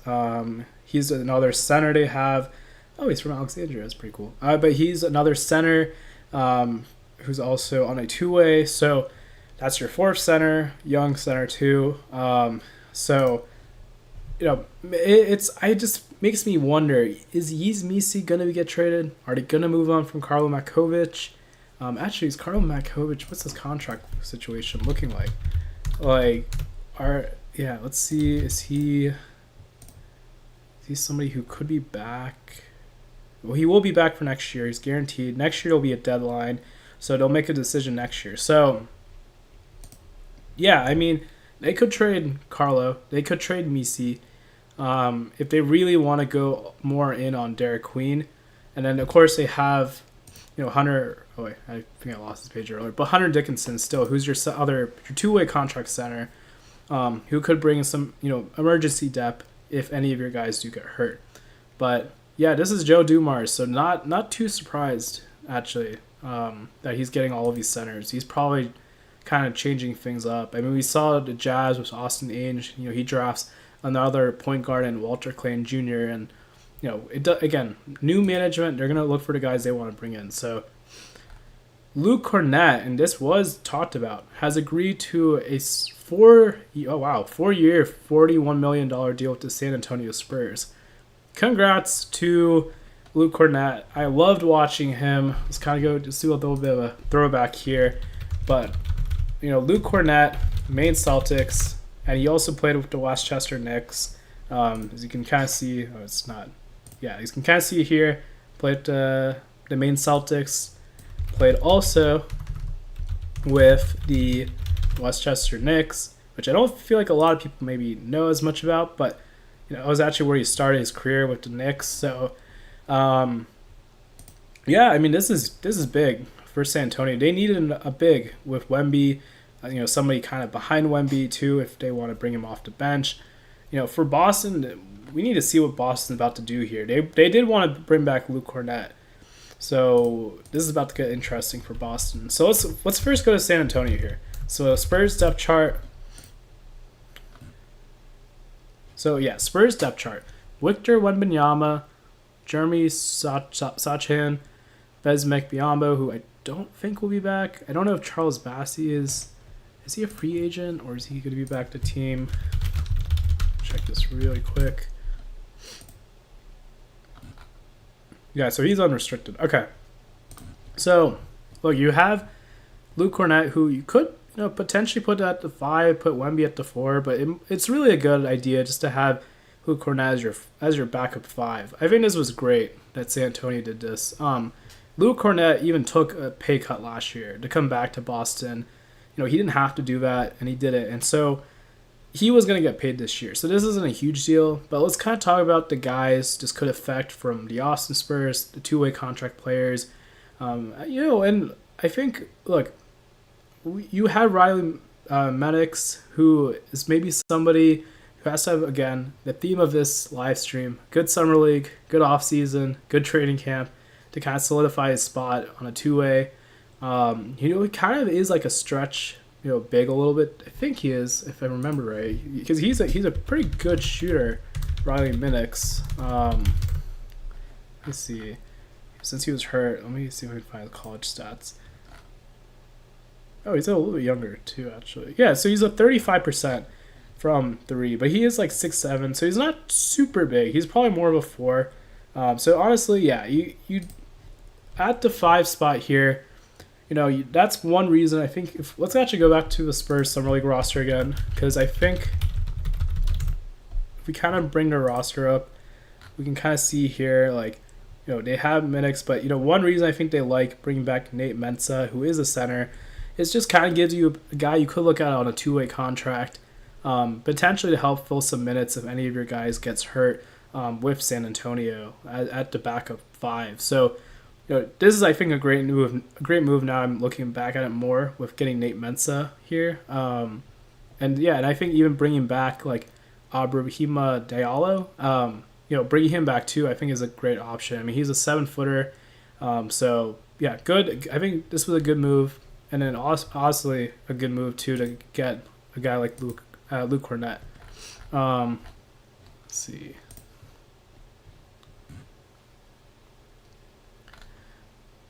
Okay. Oh, wow. Whoa. Clint Capella has agreed to a 3-year, $21.5 million deal with the Houston Rockets. Dang. Okay. Let me see if I still have the Rockets up. I might have deleted that one off. Rockets depth chart. Okay. So look, let's think about the third. Wow, how is this even going to work from the standpoint of positioning? It looks like Clint Capella is going to be your third string center potentially. If Steven Adams gets hurt, Capella is going to be getting minutes. If Sengun gets hurt, he gets minutes too. Like, it's a good move. I think now it definitely makes it harder for a guy like N'Faly Dante to really crack the rotation. Ime Udoka doesn't really feel like he's going to be playing young guys, unless you're Amen Thompson, Jabari Smith Jr., Terry Eason. Like, doesn't really feel like he's going to be playing a whole ton of these young guys. I thought N'Faly Dante looked really good when he got to play, I think, his 1 or 2 NBA games this year. So I hope he gets an opportunity maybe down the line again, but this is obviously a team who's trying to go to the finals this year and beat Oklahoma City to get there. And so it wouldn't, N'Faly Dante, he's gonna do what he can. He has to have, again, what we talked about: summer league, off season, good training camp. He has to be able to earn Ime's trust. Not even Ime, even the front office. If they are even bringing him back this summer, we don't know. But yeah, I think that is something to keep in mind, because with Clint Capella, that's definitely gonna make it harder for him to get minutes, because it was did have a bit of a hole at that third center, especially for a team trying to make the playoffs. And look, and none of these two-way contract guys can play playoffs in the NBA. They're not eligible for the playoffs if you're on a two-way contract. So then if you kind of are thinking about it, then you have to keep a player in mind if you go into the buyout market, because you can't rely on a guy on a two-way contract unless you convert him to a regular standard contract. Then that's a little bit different. But yeah, I think N'Faly Dante, this is gonna make things a little bit harder for him. Well, actually, not even a little bit. It's gonna make things harder for him. But I think he is a young player, so we'll see what they end up doing with him. But that's definitely huge news. I didn't see that coming actually. Wow, Houston's about to be a really good team. Let's see. Karis LeVert has agreed to a 2-year deal with the Detroit Pistons. Interesting. Okay. All right. That is interesting. All right, so I'm going to take a pause for 2-3 minutes. Need to go just check a few things. I will be right back. I wonder if there's a way I can see. Will be right back in 2-3 minutes for anyone who's watching the stream. All right, so I will be back in a sec.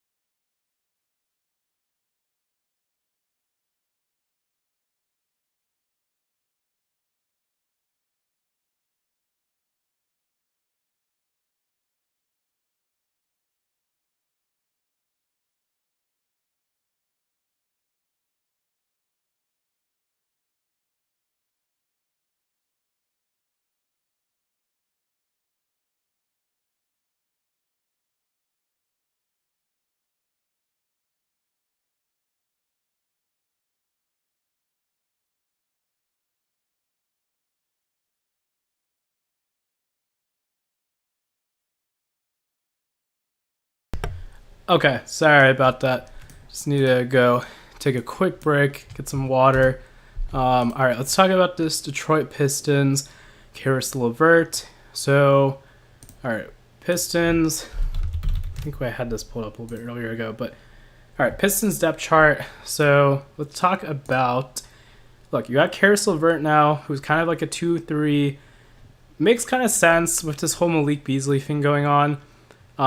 So if you look, like we have Chaz Lanier, who I do believe actually is going to be a rostered spot player, like they kind of did with Bobby Klitman last year. So not a huge surprise, but yeah, I mean, if you look at that, a guy like Chaz Lanier, he's going to have some competition to get some minutes. Marcus Sasser, I don't know if he's going to play Summer League again this year, but he's somebody who's also going to be trying to get minutes. I think the thing they're going to have to fill potentially is their backup point guard spot with Dennis Schroeder. Potentially now like going to sign up to Kings. We don't know yet, but we'll see. Denise Jenkins, we don't know if he. I think they did offer him a qualifying offer. I don't know if it's gonna be like it will be for a two-way, but I don't know if he'll get. Again, we don't know if he'll be guaranteed to stay with Detroit all the way into the next season. So, but he is somebody who, if he has a good summer league, good off season, good training camp, and if he can earn the trust of JB Bickerstaff and Trojan, like maybe do give him more of an opportunity in the regular season. So we'll see. But look, you have Malik Beasley now who's going to be Karis LeVert as he's taking his spot. So who else do they have on the summer league, or I mean on their roster who's two ways? So you have Ron Harper Jr., who is probably like more of a 3 or 4 type of player. So he could potentially be getting those minutes behind Ron Holland Jr. He might be somebody to look at.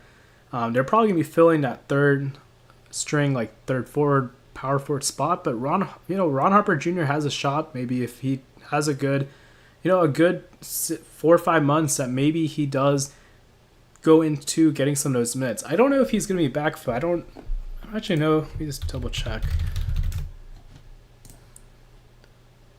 This is all about Dylan Harper.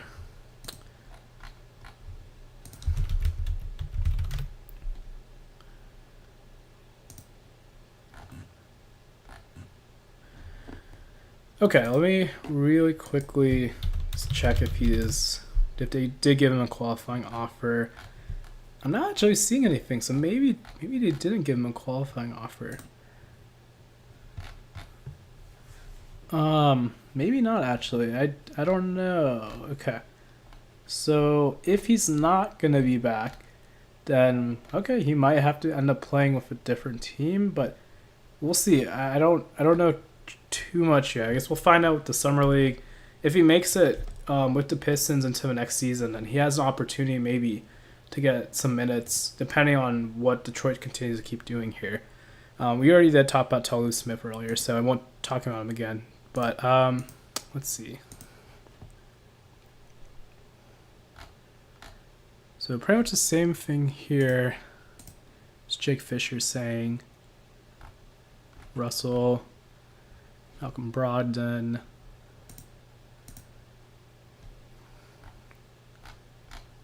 Oh wait, did we? Oh, it's the same thing. Wait. Yeah.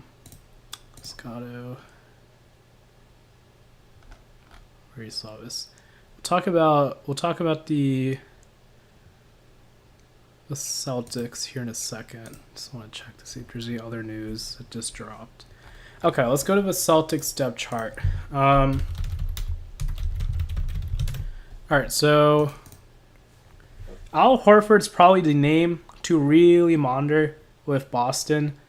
It seems like he's still gonna play again this season, but he is most likely he's one. If now that you don't have Luke Cornett, I think Luke Cornett, Al Horford were the two guys they wanted to keep. Now that you don't have Luke Cornett, Al Horford's like the guy they have to keep. So we will see us coming, potential. Oh, sorry, I was like fireworks outside. Yeah, his 4th of July is coming up. Yeah. Anyway, there's a fireworks explosion in the background. But anyway, So now that you have Al Horford, they have to look at see if they can retain him. So he's gonna have to. They're gonna have to really target him very closely. You still have Nemi here. You still have Xavier Tillman, who I believe is a free agent, and then you have your 2nd-round pick, Amari Williams, who's on a 2-way contract. I actually haven't spent a lot of time looking at Amari Williams, but I actually want to see is he a 3-point shooter or is he more of a? He's a 6'10". Okay, he played 5 years. So it's not really a shooter, I'd say. Yeah, I mean, I guess. So that then, in a way, you lose that stretch shooting that Luke Cornett really offered. because you don't want Porzingis now that he's been traded. So with Al Horford, really they need to bring in more stretch play, like fives. I'm gonna be very curious to see what their Celtics are about to do now. Now they don't have Luke Cornett anymore, and if they lose Al Horford, like they really are gonna have to pivot because Boston really likes to shoot the ball. So knowing Joe Mazzulla, so I'd be curious to see if they find any guys who can really stretch the floor. Actually, let's just see who are like the best NBA best center free agent options. Yeah, because I'm honestly like very curious to see who they have that they could potentially be looking at. Okay. You saw this. Miles Turner still, free agent. I think he's gonna sign up to Pacers again. That's just my hunch, but we'll see. Wait, this is players, centers. Here we go.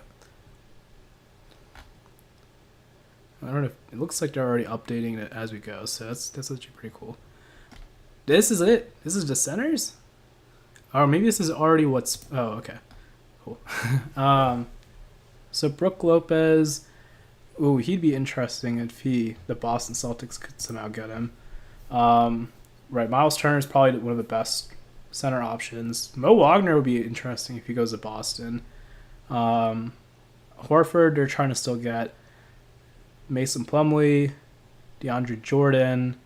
Doesn't really feel like he fits in Boston, but so really it starts getting kind of thinner as you kind of go more. I actually like the idea of them potentially bringing Luke Garza, the Celtics. I think he could be a potentially good option, like for Boston. I think he just needs more of an opportunity. He didn't really get it with Minnesota because they have declined his team option, so they weren't going to bring him back. So we'll see what they do, but actually let's see if Shams has said anything else. Yeah, so same thing here. So, but yeah, we will see what the Celtics do. The development for guys like Amari Williams is going to be huge, especially in Maine this year. Honestly, like maybe I don't know if they really are going to retool and just kind of wait till Tatum gets back. I mean, like if Jaylen Brown or Derek White, if any of those guys go down, like they might just, I don't know if they're going to throw in the white flag. I hope not. That would be awful. Like I hope those guys don't get hurt. Like you never want a player to get hurt. So we'll see. I don't know if that would open up some opportunities, but let's see. I think there wasn't really any other news. Actually, let's see if there's any Summer League, any update on Summer League rosters in case a team announced anything. Nothing really.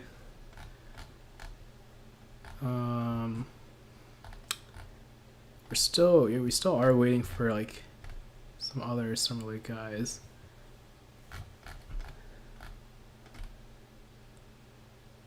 Oh, announced. Oh wait, they announced it. Oh, interesting. Oh, the Heat might have announced their Summer League roster. Let's see if I can find it. Oh yeah, perfect. Okay, let's talk about Summer League roster here. So Heat Summer League roster, some rookies here. What's the X stat? Play professionally in the G League. Okay, that's actually awesome. They have this here. This is asterisk. Okay. Yeah, Javonte Cook. I love Javonte Cook. I've actually met his agent. His agent's really nice. But yeah, Javonte Cook, I'm really high on. I really liked his growth as a D2 player and how he came up through the Iowa Wolves. It was cool to see him with the OKC Blue last year. So I'm excited to see he's actually with the Heat. Myron Gardner is definitely a Heat player. He played with the Osceola Magic this past season. He had the actual assignment to guard J.D. Davidson in the Eastern Conference Finals for the G League playoffs this year, and he really did a good job because J.D. Davidson really struggled. And so Myron Gardner, I think this is a great move, like for the Heat to do this, to go out and get him. Vladislav Golden, the center from Michigan, I believe he's on a two-way contract with the Heat. Obviously, Kasparis Yakachunas. Their point guard they drafted, Keshad Johnson, who played the Sioux Falls Skyforce this past year. Obviously, one of those guys who went to the G League Showcase, brought them to the finals, and they lost unfortunately to Westchester, but he looked really good in Summer League last year too. So cool to see him. He's back with the Heat again this year, like on a contract actually. But yeah, Pelle Larsson, their second year player from the draft last year. Kira Lewis Jr. I love Kira Lewis Jr. He played with the Capital City Go-Go's past year. I really hope he gets an opportunity. He's really great point guard. He was hurt for almost majority of a year, so I'm not surprised that he's playing Summer League. I wonder if he'll play again next year because he didn't get to play a lot this past year in the G League. So, and then they have some rookies here. Eric Stevenson. I love Eric Stevenson. Played for the Capital City Go-Go. My favorite part about Eric Stevenson's game is honestly he'll like go out and take a charge. He hustles like. I think the thing he's continuing to get better is just like his defense, but he's a great 3-point shooter. He was shooting like over 40%. So I'm really happy to see this, that he's actually going to be with the Heat Summer League team. And then you have Khalil Ware, who did play with the Heat this past year, who was their rookie, and now he's going to be their second-year player going in. So pretty cool to see that. Bryson Warren, I believe, played with the Sioux Falls Skyforce, so that's not a huge surprise. And Marcus Williams, I'm not too familiar with, but he played from San Francisco. So cool, cool roster here. I think all these teams have some pretty stacked players. Some guys from different G League teams. I would actually say I think Salt Lake City seems like the Jazz seem like the team who's probably doesn't have as much guys from maybe other G League teams, but mostly from their own system. Like it looks like they have more players from their team specifically. But this is cool to see it. That's why I love Summer League. Is you get to see these guys from other G League teams kind of come together, and it's just kind of fun to see them all like just ball out for like 10 days. So, but awesome, cool to see this. This is a schedule as we'll kind of see here, but cool. All right, let's go ahead and go back to Shams here. Oh man, oh man. Okay, so Brook Lopez has agreed to a 2-year, $18 million deal with the LA Clippers. Man. The Lakers, man. Oh, man. So that was probably one of her targets. We'll see about if the Lakers go after DeAndre Ayton. But let's go to the LA Clippers here. Let's kind of look at their depth chart. So the LA Clippers, if you look here, okay, so you have behind Zubac. And honestly, yeah, I mean, it's cool to see him come back to LA this time for the Clippers, but Brook Lopez, your backup 5. Is Ben Simmons going to be still in the picture? We'll see. I don't really know now. It makes me kind of rethink if he will be. But let's see. You have still Chris Dunn. You have Bojan Bogdanovic, Amir Coffey, who I think he is unrestricted.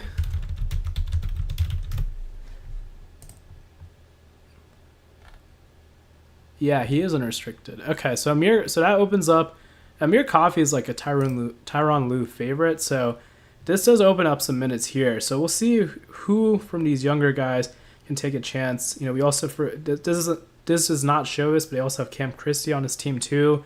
I know they drafted Yannick, I believe. Let me see how I say his last name. Yannick, Clippers draft pick.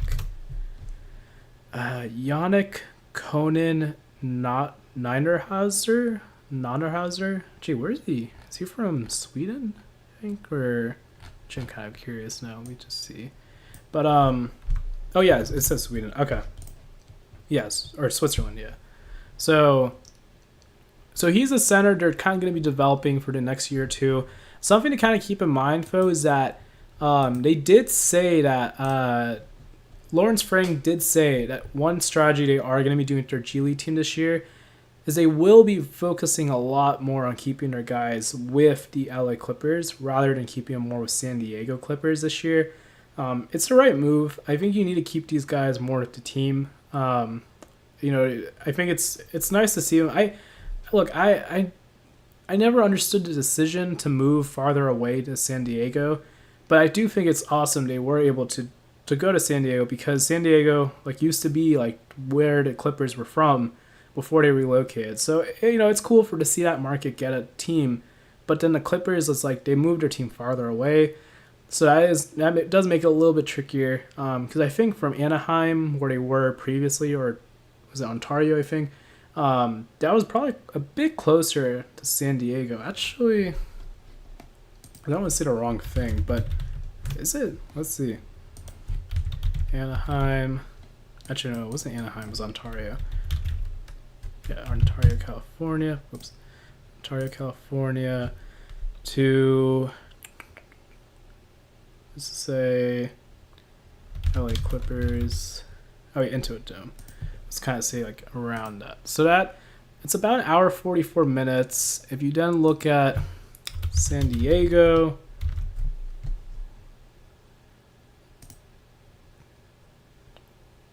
around, so 2 hours and 7 minutes versus, so really, okay, so maybe it didn't take up too much more time, I guess. Yeah, I don't know California too well, but okay, so maybe maybe it didn't make too much of a difference, but still, it seems the strategy is that they are going to move or keep more of their guys around the team rather than G League this year, which I think is a great move. Oh, what is this ad? A great move by the G League to be able to do that, or the Clippers to be able to do that the G League this year. Let's see. So yeah, if you have Yannick kind of as your developing five, I think Lawrence Frank did say this. You're developing guys for the long term. You know that might not be ready to play immediately, but you never know what's going to happen in like a year or two. So just having some optionality, I think that's what he was kind of alluding to when he drafted Yannick. So it makes sense that they did this. Did they draft anyone else? Actually, I'm gonna just see. Who did they draft? Oh yeah, they draft. Oh no, he was traded. I thought they actually. No, they got somebody else. I thought the Clippers in the draft. Kobe Sanders, right? They got Kobe Sanders, 6'9", shooting guard, small forward. Okay, so yeah, we don't know. I haven't actually looked too much to see what his situation is. Knowing that he was drafted in the second round in the 50s, probably will be a two-way contract player. I think, who else is on two-way? Trenton Flowers, Seth Lundy, Patrick Baldwin Jr.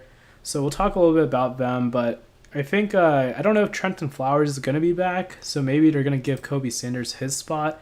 I actually haven't checked. Let me see. Trenton Flowers. I didn't know too much. Oh, look, there's his 2K. Didn't know if he was going to be back or not. Let me see if I can do a quick Google search or Twitter search. Trenton Flowers. Let me just make sure I'm spelling his name right. Tre Trenton. Okay.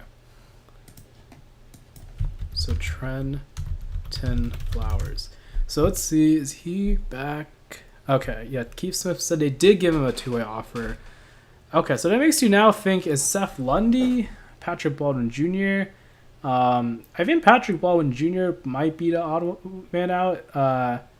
Well, yeah, because they only said Flowers. Like, was Patrick Baldwin Jr.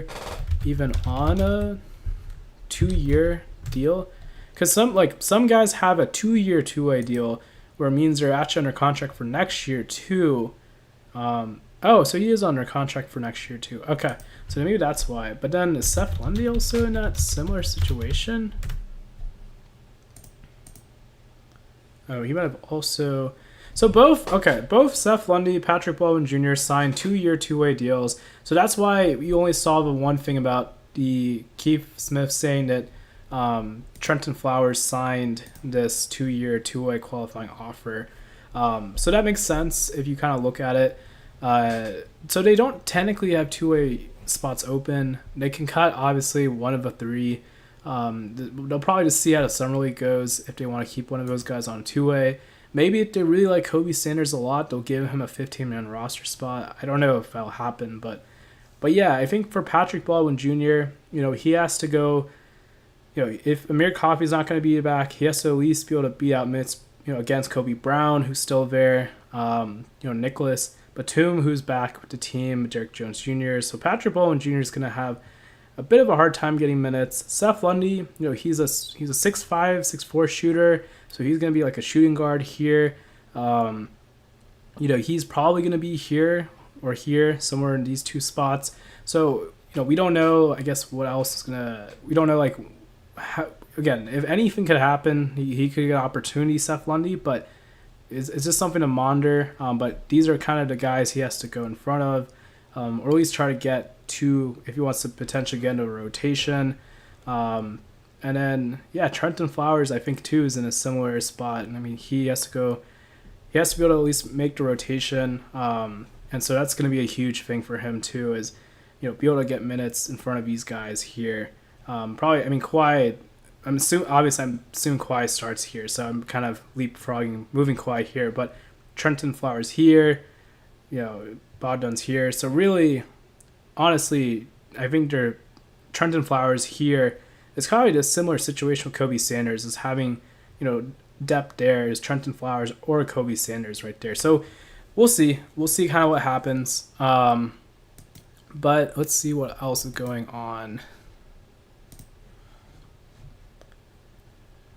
So that's pretty much it there. Same thing about D'Angelo Russell.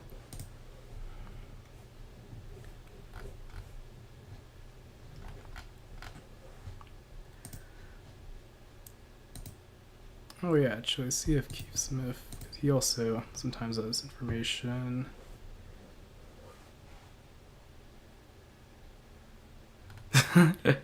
That's funny. Keith Smith. That's funny. Let's see, Michael Scott. I said anything else? Same thing. Cornette. This is Chris Haynes. Let's see what he's saying. Same thing about D'Angelo Russell. All right. Just refresh this one more time. Never know with free agency. Okay. So okay, like this is what's okay. I think.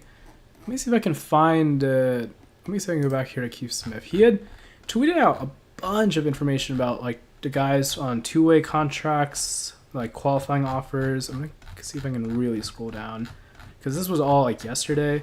So let's see.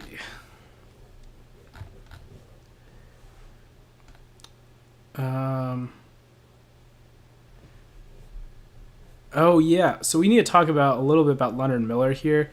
Leonard Miller, he was your second round pick, the Minnesota Timberwolves in 2023. He's been a guy, he's really young. He came out of G League Ignite. He's kind of actually been playing the G League for 3 years now, technically, because he played for Ignite his first year before the NBA. But he is somebody I'm really curious if they're gonna give him an opportunity this year. I don't know if we talked about Timberwolves yet, so let's see. Maybe we did really briefly, but actually I don't think we did. So look, Leonard Miller, you see here he's your fifth string power forward, and they've already kind of made some decisions. They have Mike Conley, they still have Dante DiVincenzo. It kind of basically what they're saying is that Alexander Walker is going to be gone, so kind of thinks people are saying it's going to be Terrence Shannon Jr. who's going to be getting some run. I haven't actually looked if Minnesota is kind of close to the aprons, but look, if that's the case, Jalen Clark is also still there. It makes you wonder, is like Leonard Miller now going to get his opportunity this year? And that's, we'll find out in 4 hours, like if they're going to guarantee his deal. Would not shock me if he gets his contract pushed back to after Summer League, because I think his Summer League is going to be very, very important. Whether it's with the Timberwolves, with a different NBA team. He technically has 2 years of NBA experience, so he could still sign a two-way contract for 2 more years. So we'll kind of see what they end up doing, the Timberwolves, but he still has to get in front of guys, like Joe Ingles. He has to really fight for that backup small forward spot. His biggest thing is he has, as a 3-point shooter, has been his his developing thing, but he definitely is a guy who hustles for rebounds. Who is scrappy, who goes out and is very athletic too. So he can block shots at points, and I think that's the big thing about Leonard Miller. So we'll see if he kind of slides in, potentially behind Jay McDaniels, or maybe at the 4 behind Julius Randle.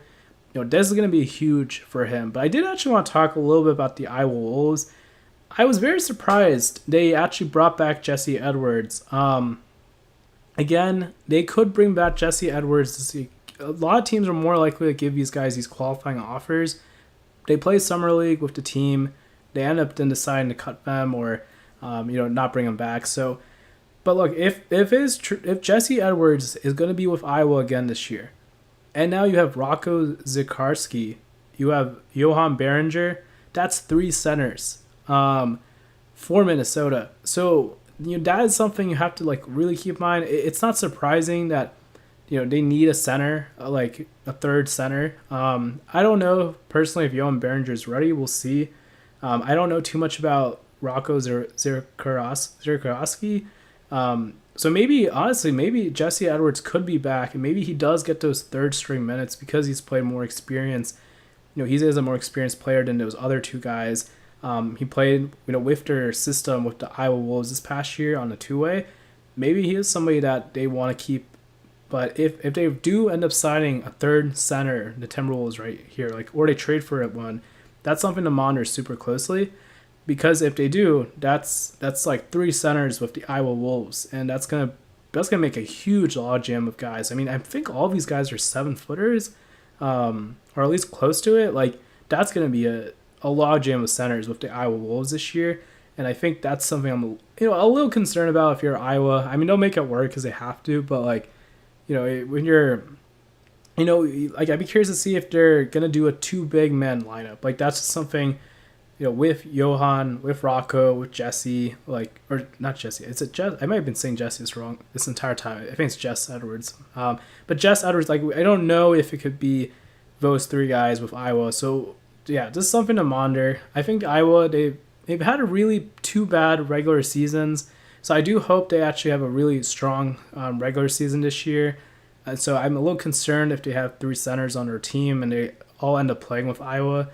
That is going to be a little bit harder. And if you have to develop guys too, you have to then develop like Rocco, Johan. So it's going to be something to monitor very closely. I mean, I guess it makes sense to give Jess Edwards like a qualifying offer for another 2-way.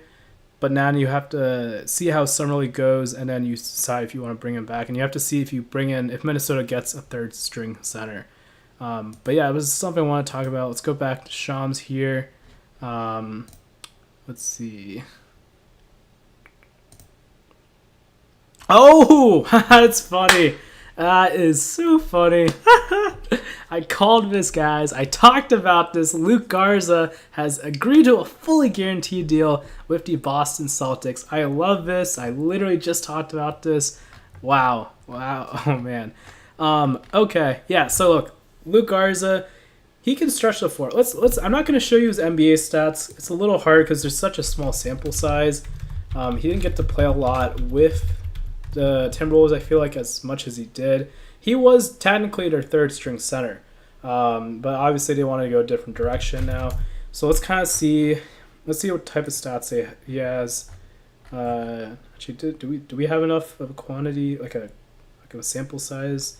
Maybe not. But let me see if I find his G League stats here. But good for him, because that means he'll be in the league for another year. He needs to hopefully have a good year so he can continue to stay in the league. That's really important for these guys who come from the G League. Try this tip-off tournament, maybe. Okay, so this is from last year in the 23-24 season. Luke Garza has the ability to stretch the floor. He's a 33.3% shooter. He gets 12 rebounds. He gets 1.7 blocks. And I remember he looked like he lost weight last year when he came into training camp. Like I saw him, he looked a lot slimmer. So he has a work ethic. Like he works hard. I'm really excited about this for Boston, actually. Man, I'm just happy. I talked about that. It actually ended up happening. So, but awesome. Okay, let's kind of do another refresher. If there's any other news. Oh, okay. Here's something. Atlanta and Minnesota are in active conversations on a sign-and trade for Nickeil Alexander-Walker. Wow. Okay. I'm very curious to see what they get back. Yeah, it's the same thing. All right, we're going to kind of go back to those qualifying offers again in a second, but let's see if there's any other news. Same thing mostly. Okay, so while we wait for more news, I'm gonna see if I can go back down. Actually, I do want to talk about this. Congrats to Colin Gillespie, guys. Like Colin Gillespie, I thought is an NBA player. I'm really happy that he finally got a chance to have a regular NBA contract, and not a two-way this time. He's bounced back and forth, but he's looked very good every time he's been in the G League. He's a guy who's I think had triple doubles in the G League. Like it's not surprising like that he has had the success he did last year with Phoenix. He was probably honestly one of their highlights. I'd say that Phoenix was at least able to get out of the struggles they had last year. I think his agency was phenomenal for telling Phoenix like he deserves a guaranteed spot, and so yeah, really happy about this. For Colin Gillespie. Actually, you know what? Why don't we talk about the Suns depth chart while we're here? So, look, yeah. So Colin Gillespie, your third point guard. Is Tyus Jones? I actually don't know. Is Tyus Jones is he a free agent this year? Tyus Jones. Okay, he is a free agent. So Tyus Jones. So we kind of remove him. So you have Colin Gillespie as your backup point guard. Honestly, they still kind of, at least I'm looking at this, they kind of need a point guard unless you're gonna let Devin Booker play point guard, which is a little weird. And they still have Bradley. Yeah, they still have a lot of work to do. The Suns. They have a lot of work to do, but they might be targeting point guards here. Like getting Colin Gillespie as a guaranteed point guard, I think was a smart thing for the Suns too, because they don't have a lot of depth there. I don't know if Ty Washington is going to be back on a two-way again. Ty Washington, he was drafted in 2022, played for the Houston Rockets his first year, then played for the Milwaukee Bucks his second year, and then he played for the Suns this past year on a two-way contract. He played, I think his first year was technically a 15-man roster spot. His past 2 years have been on two-way contracts.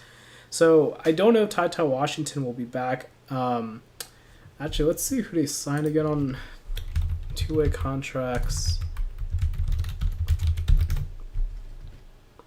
Suns two-way contracts. I don't know if there's a way to check.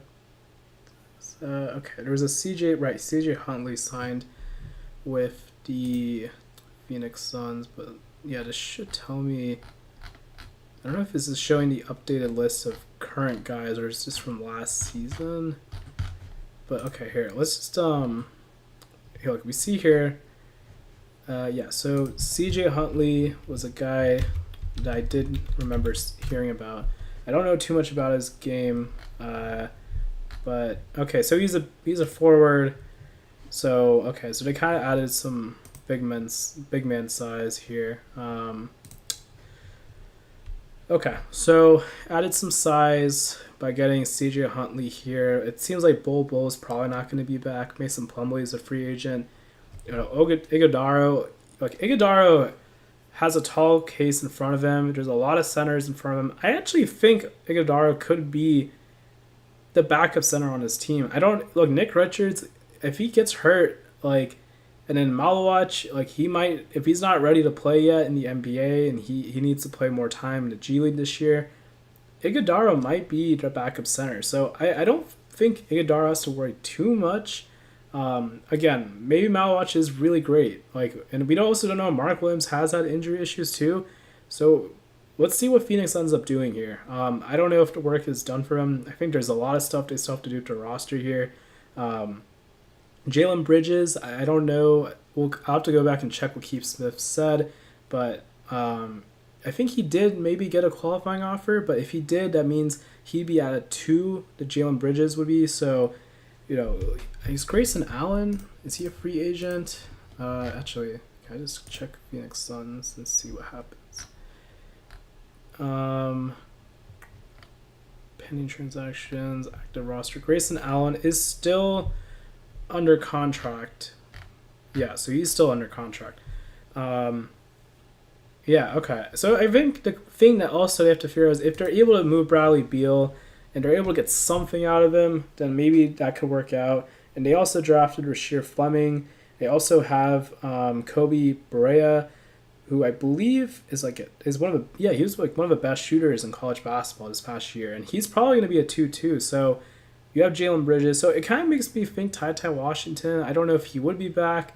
Maybe you'll play summer league just with the Suns, so you can kind of show his value for other NBA teams.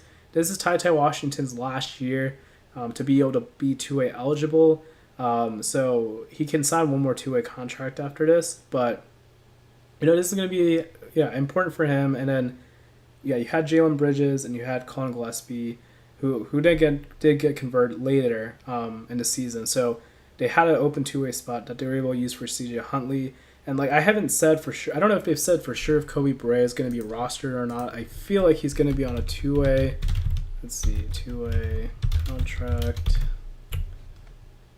He's not on a contract yet, but I doubt he's on a 2-way. He's the best. Oh, that's somebody just saying that we don't actually know yet. Let's see. Yeah, they haven't said yet, so we'll see. We'll see what they end up doing with Kobe Barea, if they roster him or not. But yeah, I just want to talk about that. Let's go back to Shams here. See if he's tweeted any new information. Okay, so Nickeil Alexander has agreed to a 4-year, $62 million deal with the Atlanta Hawks, plus a player option and trade kicker. Okay, wow. We'll talk about the Hawks next then. So the Hawks depth chart. All right, so Hawks here, they have Nickeil Alexander-Walker, who I guess you kind of could put at your... I'm trying to think how they're going to make this work. So, okay, I think if you have Porzingis at your 5, Onea Okongwu is your backup 5, Jalen Johnson as your 4, Dyson Daniels maybe as your 3 or your 2, and Nickeil Alexander as your 3. Yeah, okay, so then you move Porzingis to the 4, you move Onea Okongwu to the 5 as your backup. Then, he is your backup. You still have Larry Nance Jr. And you have Asa Newell, who will be battling minutes against Mohamed Gay. Those guys will be definitely those guys will definitely be competing for minutes with the Hawks. So that's just something to monitor. I actually don't know if Mohamed Gay is going to be playing Summer League this year, but he was really good in that second half of the season, especially when Jalen Johnson had gone down. Zachary Richardson, he's probably still coming off the bench. It really feels like the Hawks kind of are going all in. I mean, now they've got Trae Young, now they got Porzingis. This team looks like they're about to go all in. So another thing to look at is Keontae Wallace. They have Daquan Plowden, who I think is on a 2-year two-way deal.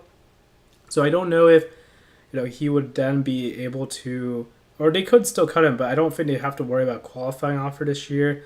Keontae Wallace and Jacob Toppin are the two guys you have to monitor very closely.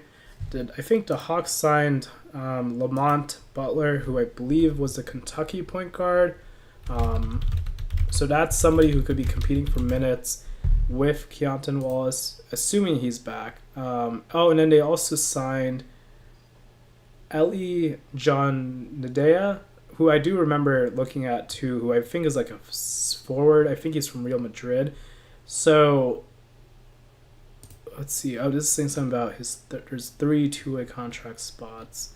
Okay, so it was interesting because they have these 3 spots, but then they also, I thought I saw something about them, Hawks offering a 2-way contract qualifying offer to Jacob Toppin. I don't know about Keontae Wallace, but I hope Keontae Wallace gets an opportunity, if it's not with the Hawks, somewhere else. I thought he did good, especially when Bufkin was hurt, and you still have Bufkin, which I kind of forgot because he did get hurt pretty early in the season. But if they decide all these guys could play summer league, and then they decide out of the three who they want to keep. That's could be a very very likely what they end up doing. But yeah, this Atlanta Hawks team could be really good this year, especially when they're saying this East is going to be open. Like that could be really really huge. I'm gonna go back to Shams here. Okay, so it looks like it's going to be a sign and trade. So Atlanta is sending a 2027 second round pick via Cleveland cash to acquire Nickeil Alexander-Walker for 4 years. Okay, so no players looks like got moved, but okay. Kind of just go back, refresh. Scotto, Chris Haynes, same thing here. And yeah, that's just this what the draft picks were for that Nickeil Alexander-Walker sign and trade. Okay, well, I guess then we've kind of gone through that. So let's go back. I'm going to see if I can find the qualifying offers. Okay, wait, tendered. This tender means tendered. Oops. Present. Okay, yeah, offer. So yeah, so it looks like the Hawks. Or not docs. So this here is kind of the qualifying offers a little bit. Keith Smith tweeted out yesterday. Sheboy did get offered a two-way deal, it looks like. So I feel he is going to play Summer League, but unless he's hurt, maybe that's a possibility. Ryan Rollins seems like they offered him another deal. So interesting. The Timberwolves did give Tristan Newton a qualifying offer, which I find quite interesting because if that means who else is on a two-way then? You have Rocco, Jess Edwards, I guess Tristan Noon. Who else was on? Was it? Oh, right, because they had a two-way contract spot open because of Bones Highland, who's not back with the team anymore. So they had that spot open. So, okay, actually that makes sense. So it looks like those are the three currently right now.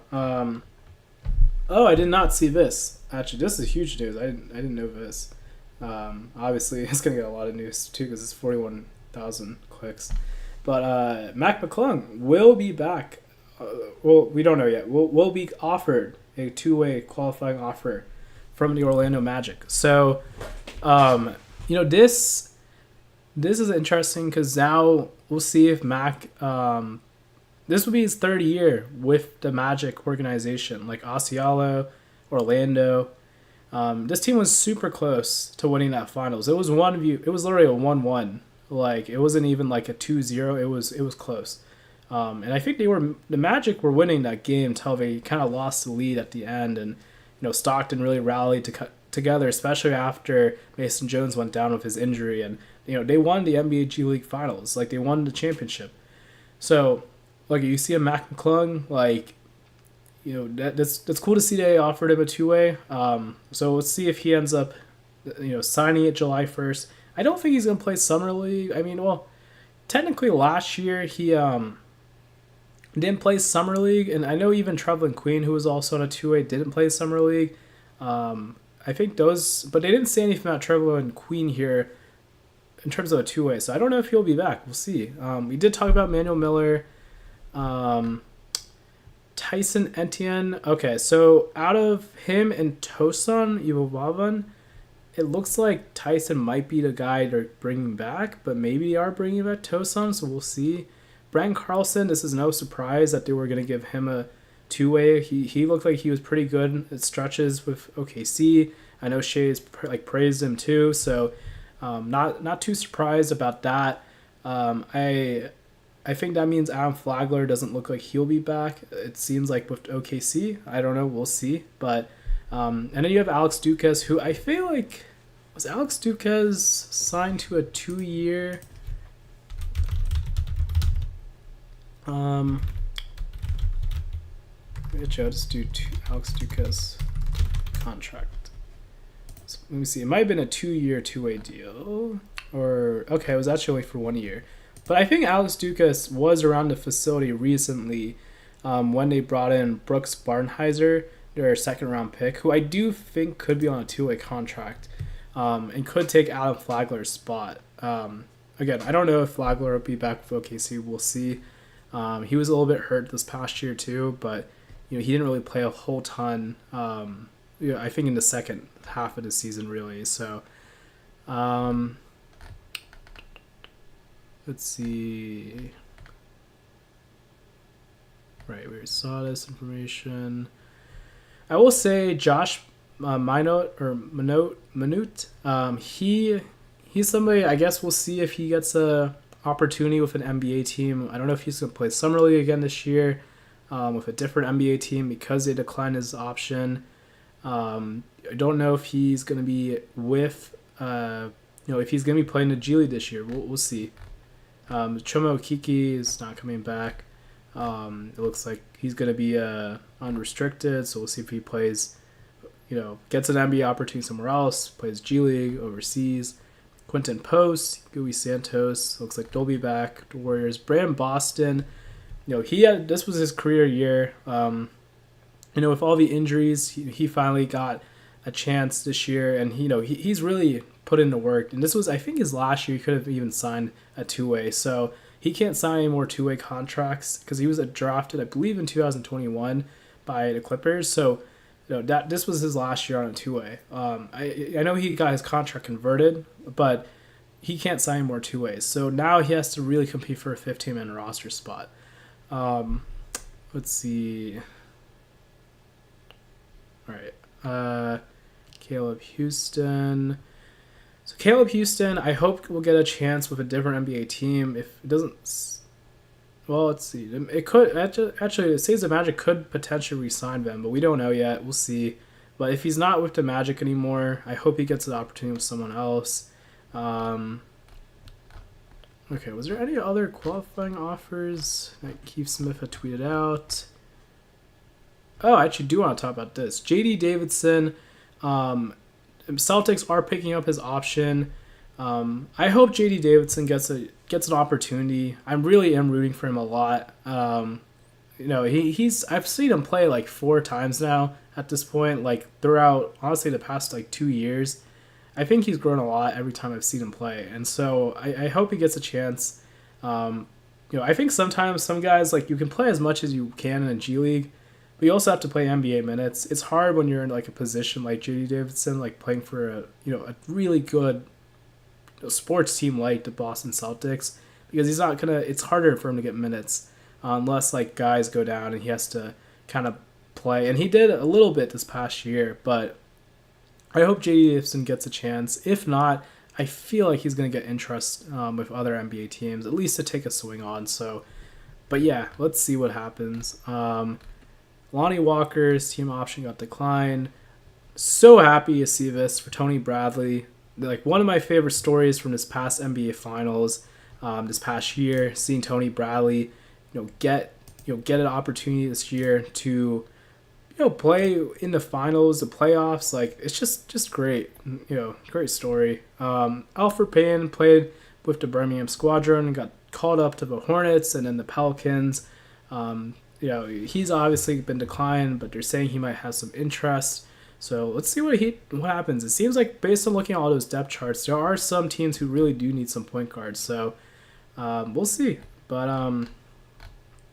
let's see. Was there any other two-way qualifying offers? I don't know if he had tweeted out anything else I might be missing. I actually do think this is very important for any of you guys to see. I wonder if they increased the bonus. If it was 85,000, but let's see if it else is explain this. But yeah, so like the Exhibit 10, just a refresher. If you spend 60 days, you get that type of deal in training camp, then a team, you do get this 85K bonus. The other thing you have to keep in mind that not a lot of people know about is that if a team trades that Exhibit 10 player during the first 60 days of a season, the original team does still have to pay for the 85K bonus. So say, like, I don't know, let's just throw out a name. Let's just say Bobby, right? Like a player named Bobby. Let's say Bobby Marks, right? Bobby Marks gets traded to the Capital City Go-Go, just for example. But he agreed to an Exhibit 10 deal with the College Park Skyhawks. But the College Park Skyhawks decide, you know what, we're going to trade him within the 60 days. They still have to pay his $85K bonus, not Capital City Go-Go. So just something to keep in mind as you continue to see these things. But, here's more information. So Detroit Pistons have tendered a qualifying offer to Denise Jenkins. We talked about him earlier. Wizards have offered Tristan Vucevic a two-way deal. Not surprised. I actually did see this coming. He played pretty well at points the second half of the season after his injury.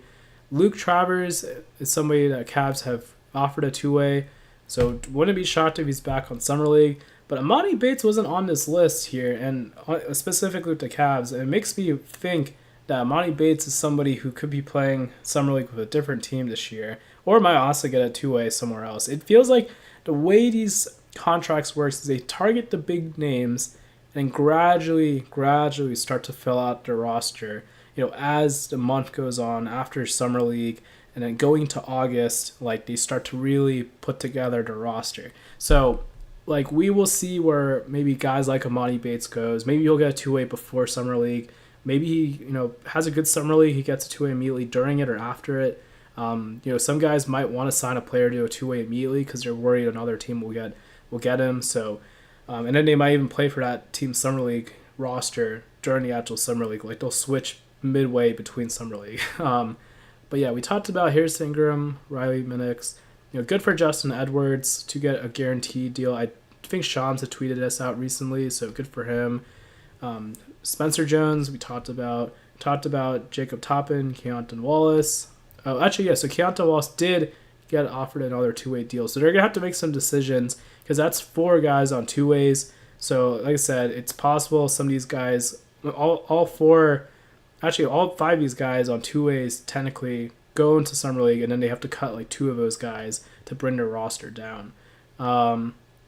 Kings have picked up their option on Isaac Jones, and then they also did give Isaiah Crawford, G League champion, and also Isaac Jones, both, have given a qualifying offer to as well. So I don't think the Kings, besides there was one player I know they signed to a two-way after the draft, but they didn't draft a whole ton of guys in the second round. So Jordan Goodwin, they've picked up his option. It's lightly guaranteed.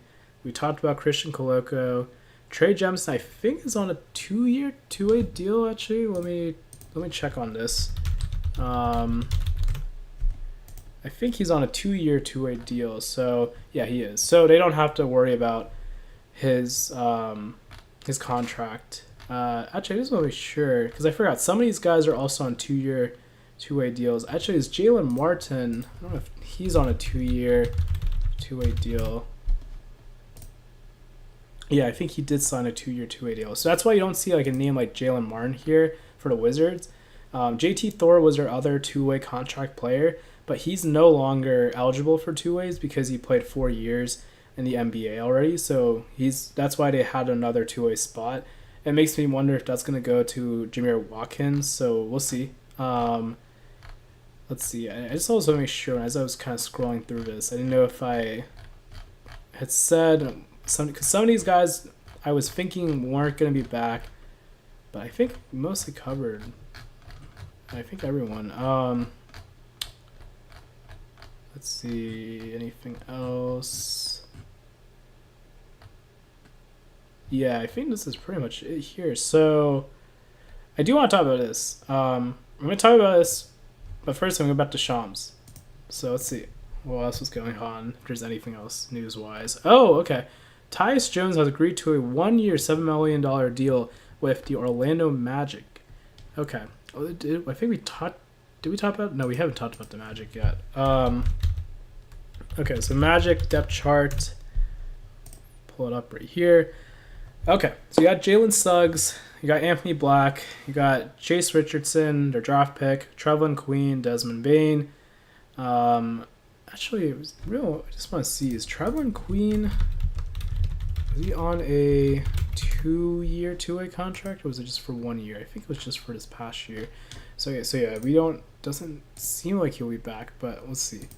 Okay, so yeah, Jace Richardson is like your point guard, your third string, but now you have Tyus Jones. So really kind of bumps a guy like Jace Richardson down potentially. Maybe you put Anthony Black at the two here. Actually, that might be what they're trying to do. And then put Tyus Jones here at the one as the backup. Especially if you had Suggs, who was kind of hurt this past year. You have some, some depth there. Franz Wagner you still have. So really, I don't know about Trevlin Queen, but if Mac McClung, they did offer him another two-way contract deal, then it looks like he's gonna kind of potentially be here. Mac McClung could be like right here in terms of point guard position. But his goal, I mean, you would hope he'd want to kind of move in front of Jace Richardson to try to become the third string point guard on his team. So that's just something to monitor really closely. I'm actually pretty excited to see Jace Richardson and Mac McClung play together if Mac ends up staying with Osceola into next season. That's gonna be fun because they're both guys who can really who are athletic. So it'll be fun to watch that. Jet Howard, I actually did see that. I think his contract, or maybe it was Caleb Houston. I don't actually. Maybe Jet Howard still is under. Maybe he's still under contract right now. He's not a free agent. It's funny. I used a 2K image. Okay, yeah, they still have his club option for this upcoming year. So Jet Howard's still there. So he's somebody who's also going to be trying to compete for minutes. He actually didn't play in the G League this past year. I was a little surprised he didn't play more because I feel like he didn't play a whole ton with like Orlando this past year. And now with this Desmond Bane trade, that makes it even harder. But if Anthony Black or Tyus Jones gets hurt, you can bring in Chet Howard there potentially as like your backup too. Noah Penda too. He's also rostered too. He was your second round pick. He's somebody too that he's gonna have to compete against Tristan Da Silva. Jonathan Isaac is still on his team, so some competition for some of these guys who are on two-way contracts. You still have Ethan Thompson, who actually, did Ethan Thompson? Did they bring him back? Because they didn't say anything about that in the tweet. But I don't know if it was a 2-year, two-way deal. It was. So Ethan Thompson could very likely still be back for next year. We don't, again, two-way contracts are never guaranteed. So, but Ethan Thompson's like a 2, so he kind of could be your 4 option here in the depth chart. And look, you had Mac McClung, you had Ethan Thompson, and who was your third two-way contract? Orlando Magic two-way contract players. I feel like I'm forgetting someone.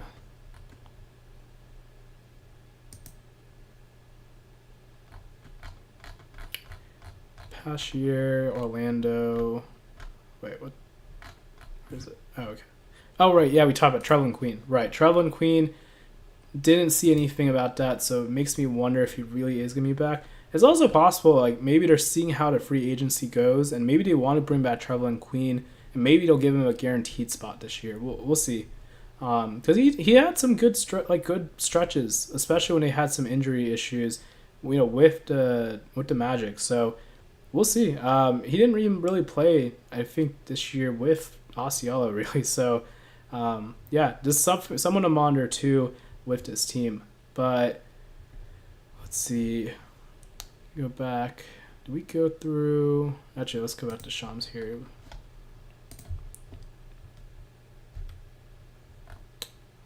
Oh, wow. Oh, cool. Okay. Oh, this is exciting. So Nigel Hayes Davis returns to the NBA. He played actually as a practice player last year with Team USA. Really awesome to see, a guy who plays overseas and then comes back. I think we've been seeing this trend happen every year. There's always feels like there's a guy who comes back from the G League, from overseas and ends up playing with, and plays with an NBA team. We saw Dante Exum came back. Then we also see here Nigel Hayes Davis. We saw Gershon Yabusele last year, who also played with the, played overseas, started his career in the NBA, went overseas, came back. So I think Nigel Hayes Davis is this year's overseas guy who's come back. For a fan too of 2K here, I just gotta say this. Like I hope they had scanned him. I think he was in the files in the previous 2K like CD files. So maybe they'll have his face scan, like fingers crossed, in the game this year for 2K26. But yeah, Nigel Hayes Davis has had a great career overseas. This is a huge pickup for Phoenix. Let me see if I still have their depth chart. We were literally talking about they needed more roster work. So, but look, you bring in a 3, a 4, a guy who can shoot, from the 3. So I like this because you have a rookie as your third string here. Grayson Allen can play more of a 2 here. So I think this is just good depth here. With Ryan Dunn and Nigel Hayes Davis. Obviously, Rasheer Fleming could also be the backup, but I think this was a good move here by Phoenix. But again, there's not like a lot of guys like we were talking about earlier where with Phoenix they have to like from the G League side that are gonna have to like kind of come in that can really like that are gonna try to compete for minutes because they already have Rasheer Fleming and now they have Nigel Hayes Davis. He might honestly be maybe if Bradley Beal doesn't end up playing really with the Suns anymore. He could. I'd be curious to see if he ends up starting at any point. Nigel Hayes Davis, but that's a huge signing there. Let's see. I'm actually refresh it again because there is news like every second. Like, wait, is this? I already saw this earlier. I don't know if this is showing the same. Okay. Jake Fisher. Let's go back check what he said. Anything else there? Same thing. Mark Stein. Same thing. That's what Jake Fisher's saying. I do want to talk about that trade in a second. Phoenix Suns franchise player talks contract extension. Okay. I already did this one. Oh, Scotto. Okay. Michael Scotto. So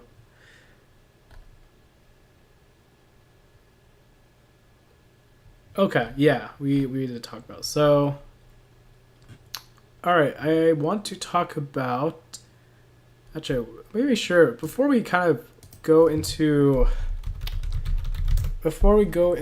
that section, talk about this Wizards Thunder trade from I think yesterday or 2 days ago. I just want to make sure I get through the entire list of guys who are on the qualifying offers for two ways. I know I saw a post about there's a lot of stuff. I know I saw a post about all the two-way like qualifying offers all in one place. Honestly, I should probably just looked at this first rather than just like scroll on Twitter. But let's see. Yeah, I'm gonna continue to look here, but yeah, I mean it's been a really cool free agency so far. A lot of things impacting guys for the G League, for the Summer League, obviously for the NBA, obviously. Actually, I do want to talk about this. Johnny Juzang, he did get cut. They have a lot of guards right now in Utah. Again, this is from the old management. This is Austin Ainge, who's now in power. Like, Juzang, I think will still get an opportunity somewhere else, in my opinion. I think he'll maybe, I don't know if he'll play Summer League, but he might be someone who gets a two-way. He's a really good shooter. Like, that was his big thing. I think he even shot maybe like almost 40%. He was one of the Jazz's best shooting like guards this year, like in terms of 3-point shooters. Like, I think he will definitely be able to have an opportunity somewhere else. I think he was also a standout player at UCLA, as they like literally say right here. So I wouldn't be shocked if he gets interested. Yeah, I think Shams actually already said it. So, something about Landry Shamet. Interesting. Okay, wait, no, this is the same. Oh, here we go. This is what I was looking for. Yeah, we pretty much have gone through. Okay, yeah, N'Faly Dante, looks like they did give him a qualifying offer. Yes, it looks like they did. Okay. Enrique Freeman. Okay, this is interesting. So Enrique Freeman is he was one of your centers. He was one of her centers that, see, yeah, so he was one of her two-way centers this year, where I believe that he did play minutes this year with the Pacers. I'm just trying to remember. He did play minutes with the Pacers earlier in the season. And then let's see who else. I actually wonder is what's his name? Ray J Dennis. Is he gonna be back? He's on a 2-year, two-way deal, so maybe he will be. That's why he's not on this list right here. Let's see. Show us see something. Yeah. Here we go. A little bit distracting. Sorry, it's all the ads that are really distracting. Okay, so Quentin Jackson, who also played a lot of minutes too with the Pacers this year. He was really important too, especially in the earlier part of the season. So not surprised that he's been offered another two-way. We'll see if maybe he gets a guaranteed, but we'll see because of this whole Tyrese injury. We talked about Harrison Ingram, Colin Gillespie, Denise Jenkins. We talked about everyone. Nico Manitas hasn't played Warriors this year. Qualifier return is restricted. Interesting. Mac McClung, Kevin McCullough Jr.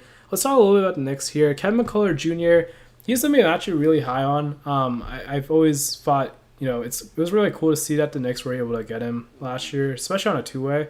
So I think that's huge for the Knicks to still have him on a two-way. And if he has a good year, they still need to find their head coach. And then we have to see what happens there. But I think that's huge. They still have him for next year, potentially. And I think we talked about everyone else. Drew Smith, not surprised they did. He's probably been one of their good players.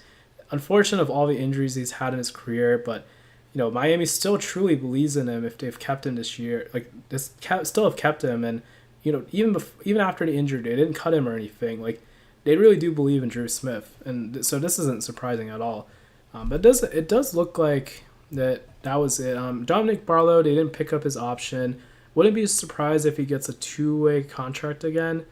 Pat Spencer, maybe he gets a two-way contract somewhere else if he doesn't get a 15-man roster spot. Jabari Walker, these are guys. I don't know about Trey Mann, but I think Trey Mann's gonna be on an NBA roster as a 15-man roster spot.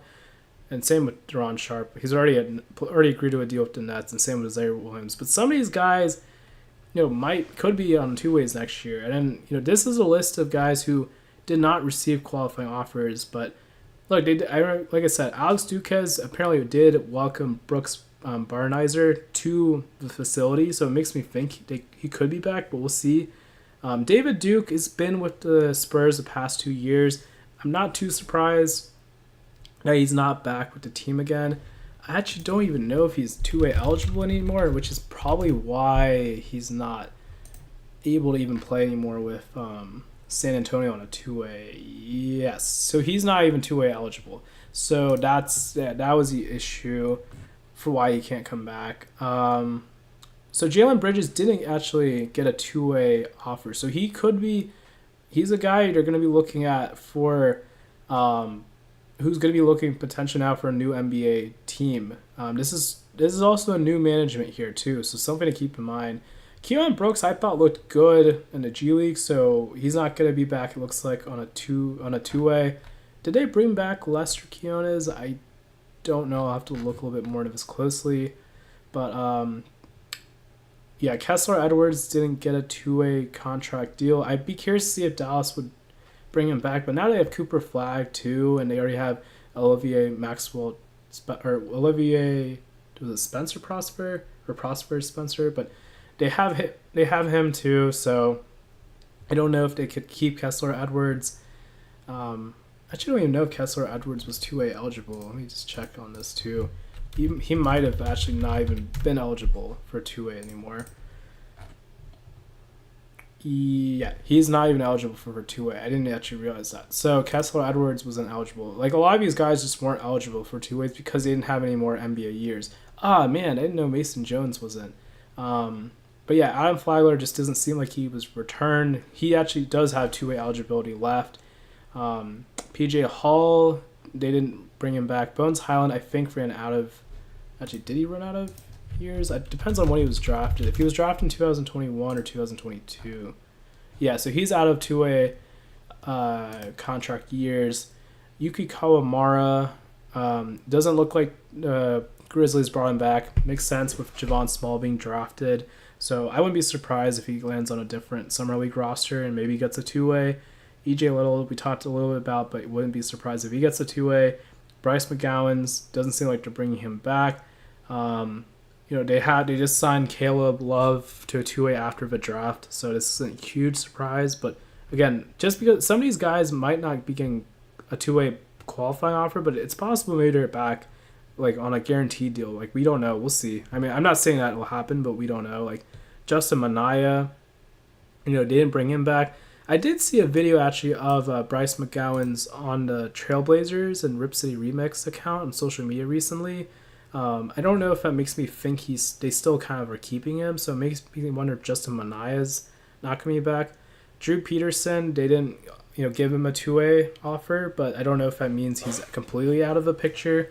I think it might be because they have Max Shulga, Amari Williams, Miles Norris. That might be a lot of guys. So I don't know if Drew Peterson will be able to, get a spot. He is still two-way eligible. Micah Potter is not. He was actually one of the three guys, along with Nigel Hayes-Davis, who played with Team USA as a practice player with the Olympic squad last year. But he is no longer two-way eligible. Talked a little bit about Trevlin Queen. Isaiah Stevens is not. Isaiah Stevens is two-way eligible, but the Heat decided not to bring him back. Especially, I guess, if you have Drew Smith coming back too. Stanley, and you also they just drafted Kasparis as well. So Stanley Moody, wasn't really shocked about this one because I kind of had a feeling they weren't going to. He didn't play a lot with Milwaukee, so maybe kind of think he wasn't going to be back. And then Anton Watson, he didn't even play actually with Westchester at all this year. He immediately signed with the New York Knicks as soon as he was cut by Boston. So these are some guys who could be on different summer league rosters this year. Just to keep in mind, who could end up on different two-way contracts this year. But yeah, I want to go back to Sean's here, and we'll probably call it a night soon because it's almost been 3 hours. Wow. Okay, Jake Fisher. Let's see if there's anything here. Steinlein. Same thing. I think we'll get to that in a second. That is kind of contract extension, and let's see what Michael Scott is talking about. Okay, so the last thing we might maybe be ending on, because I don't know if there's any other Summer League. I'll check Summer League roster again. Dylan Jones was traded to the Washington Wizards and a second-round pick for Kobe Jones. So Dylan Jones, I think he had a really good numbers in college. He is versatile and he can pass. He can shoot somewhat and he can rebound. Like he's kind of like a jack of trade, master of none is kind of what they're saying. But he didn't really work out with OKC this much this year. Like it didn't seem like it went, as well as they were hoping it would have been. AJ Mitchell actually had a really good, year as their second round pick, and he was drafted in front of, he was drafted after Dylan Jones, and they spent 5 second round picks to get Dylan Jones. Like they sent 5 second round picks to the Thunder, the Thunder sent 5 second round picks to the Knicks just so they could get the Knicks pick to get Dylan Jones in last year's draft. So I like this for the Wizards. It's, the issues, the Wizards had too many guards, so they sent Kobe Jones, who was on a non-guaranteed deal, to the Thunder. They cut him immediately. The Thunder only did this really so they could get Thomas Sorber, their rookie they just drafted, on a roster spot. And I feel like Brooks Barnheiser's probably going to be on a two-way. But, this was for this situation. So Dylan Jones, I think his contract is still guaranteed. I'm going to look at his contract details really quickly to see if he's I want to see how much longer it's guaranteed. Oh, okay. So it's guaranteed. There are club options for not this upcoming season, but a season after and a season after that one. So the Wizards have till October 31st to make a decision if they want to keep him for the following season. So the summer league really is going to be huge for Dylan Jones. He's more of a forward, could be like a 3 or 4 type of guy. He had. I'm gonna pull up his stats. He had some good-ish numbers in the G League. He still probably is going to need more time potentially, but I think summer league is going to be huge. I believe in Cody Topper, who, again, I've watched so many Capital City Go-Go games. I really do believe in him as a coach for developing guys. Like you saw what he did with Jared Butler, Justin Champagnie, Tristan Vucevic. So let's see kind of what he does with Dylan Jones if he ends up spending time with the Capital City Go-Go. That'll be fun to watch, but he only really shot 30% from 3, so he has to really improve there. He has to get better about turning the ball over, which is going to happen when you're have 5.7 assists, get 7.4 rebounds, but he has to just continue to shoot the ball better. That's going to be his biggest thing. I think those are the big things. His defensive rating is like 100, so I guess but still, I think offensively was a huge thing about him at Weber State. So, really just, hopefully he has a good year. I hope Coach Top can really work with him, assuming that he's with the Wizards still in the Go-Go going into, like, Wizards in the training camp and the regular season, and if he is assigned to the Capital City Go-Go, hopefully, he works with the G League to really develop and become a good player for the Wizards. And let's talk about the depth chart for the Wizards here. Now that they have Dylan Jones probably slide in a little bit more here, probably behind Champagnie, to be honest. Maybe here, because you already have Keyshawn George, Champagnie. It's gonna be some competition here. It's gonna be some competition for sure. So it's gonna be some guys who could end up playing with Capital City, like Dylan Jones. We don't even know about Will Riley. Maybe he will.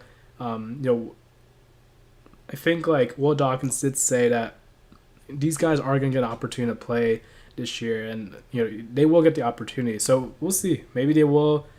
Maybe Dylan Jones will get more of an opportunity in the second half of the season, because like we saw what they did this year, where they kind of played. They were trying to lose a little bit. We know they were like a team who's going through a rebuild, trying to tank a little bit, and the Wizards still have a top 8 protected pick. So if they actually win games this year, they lose their first round pick for this year, because it ends up going to, I believe, the Knicks. So they can't win games like that. That's what everyone's saying about the Wizards. So you bring in a guy like Dylan Jones, who maybe he'll get more run the second half of the season, but it doesn't hurt to take a shot at a guy like Dylan Jones. He's he's somebody who looked good at Weber State, and so we'll see what ends up happening. And then Kobe Jones, I thought Kobe Jones is somebody who I wouldn't be shocked if gets another. I don't know if it'll be an NBA spot, but I wouldn't be shocked if he gets a 2-way contract. Actually, I want to pull up his stats. Kobe Jones is a really good defensive player. I think that's his strong suit. Offensively, I think it's his thing that he's continuing to work on. I think this has both of his stats here. So, these are the things he has to continue to work on, is his shooting, 41.2% from 3, which is great here, but and he played NBA minutes this past year. He actually got some minutes and more of an opportunity with the Wizards. In 15 games, he only really shot 30%. So you want those numbers to go up for him. I know he knows that. But, still getting 1.3 steals, which is really huge, I think, to kind of show. So if he can get better offensively as a three-point shooter, I think that's going to be huge. And the fact that he still had 2.5 assists and over on just 1 turnover in 26 minutes, I think that's huge too. So it's not like he had 2 turnovers a game or anything. So I think a team will take a swing on him. So let's see what continues to happen. Let me go back to Shams, see what he's got here. Let's see. So same thing about Nigel Hayes Davis. Same thing here about Jake Fisher. So yeah, pretty much just about Nickeil Alexander-Walker trade.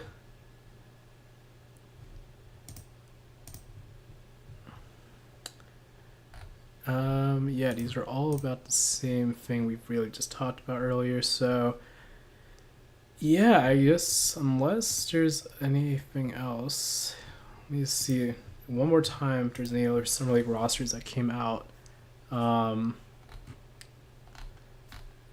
think there was. We'll probably get more rosters, honestly, tomorrow. Yeah, we'll kind of see what's going on here. But looks like, yeah, I mean, this is pretty much it. So yeah, I guess we'll find out in the coming days if there's any other roster spot stuff. But yeah, this was a very long stream. I think I'm gonna get ready to call it. Almost 3 hours. That's wow. But yeah, thanks for joining, guys. A lot of fun to just talk about Summer League. I mean, obviously, free agency was a huge thing, but also be able to talk about the G League, the Summer League. Just yeah, I'm really excited. It's like one of my favorite times of the year as a fan. So we'll continue to see what happens, see how it affects the G League. After Summer League, we'll start to see more trades happen with the G League, and so I'll be kind of seeing like what's going on from the returning rights and trades that are going to be happening. But yeah, this is fun. So feel free to let me know your thoughts about what's been happening this free agency. Guys in the G League this past year that you really want to see play in the NBA that deserve a chance, or you feel like or maybe next up. And yeah, let me know. So feel free to subscribe, like, or dislike, because hey, you do you. So this is the NBA 2K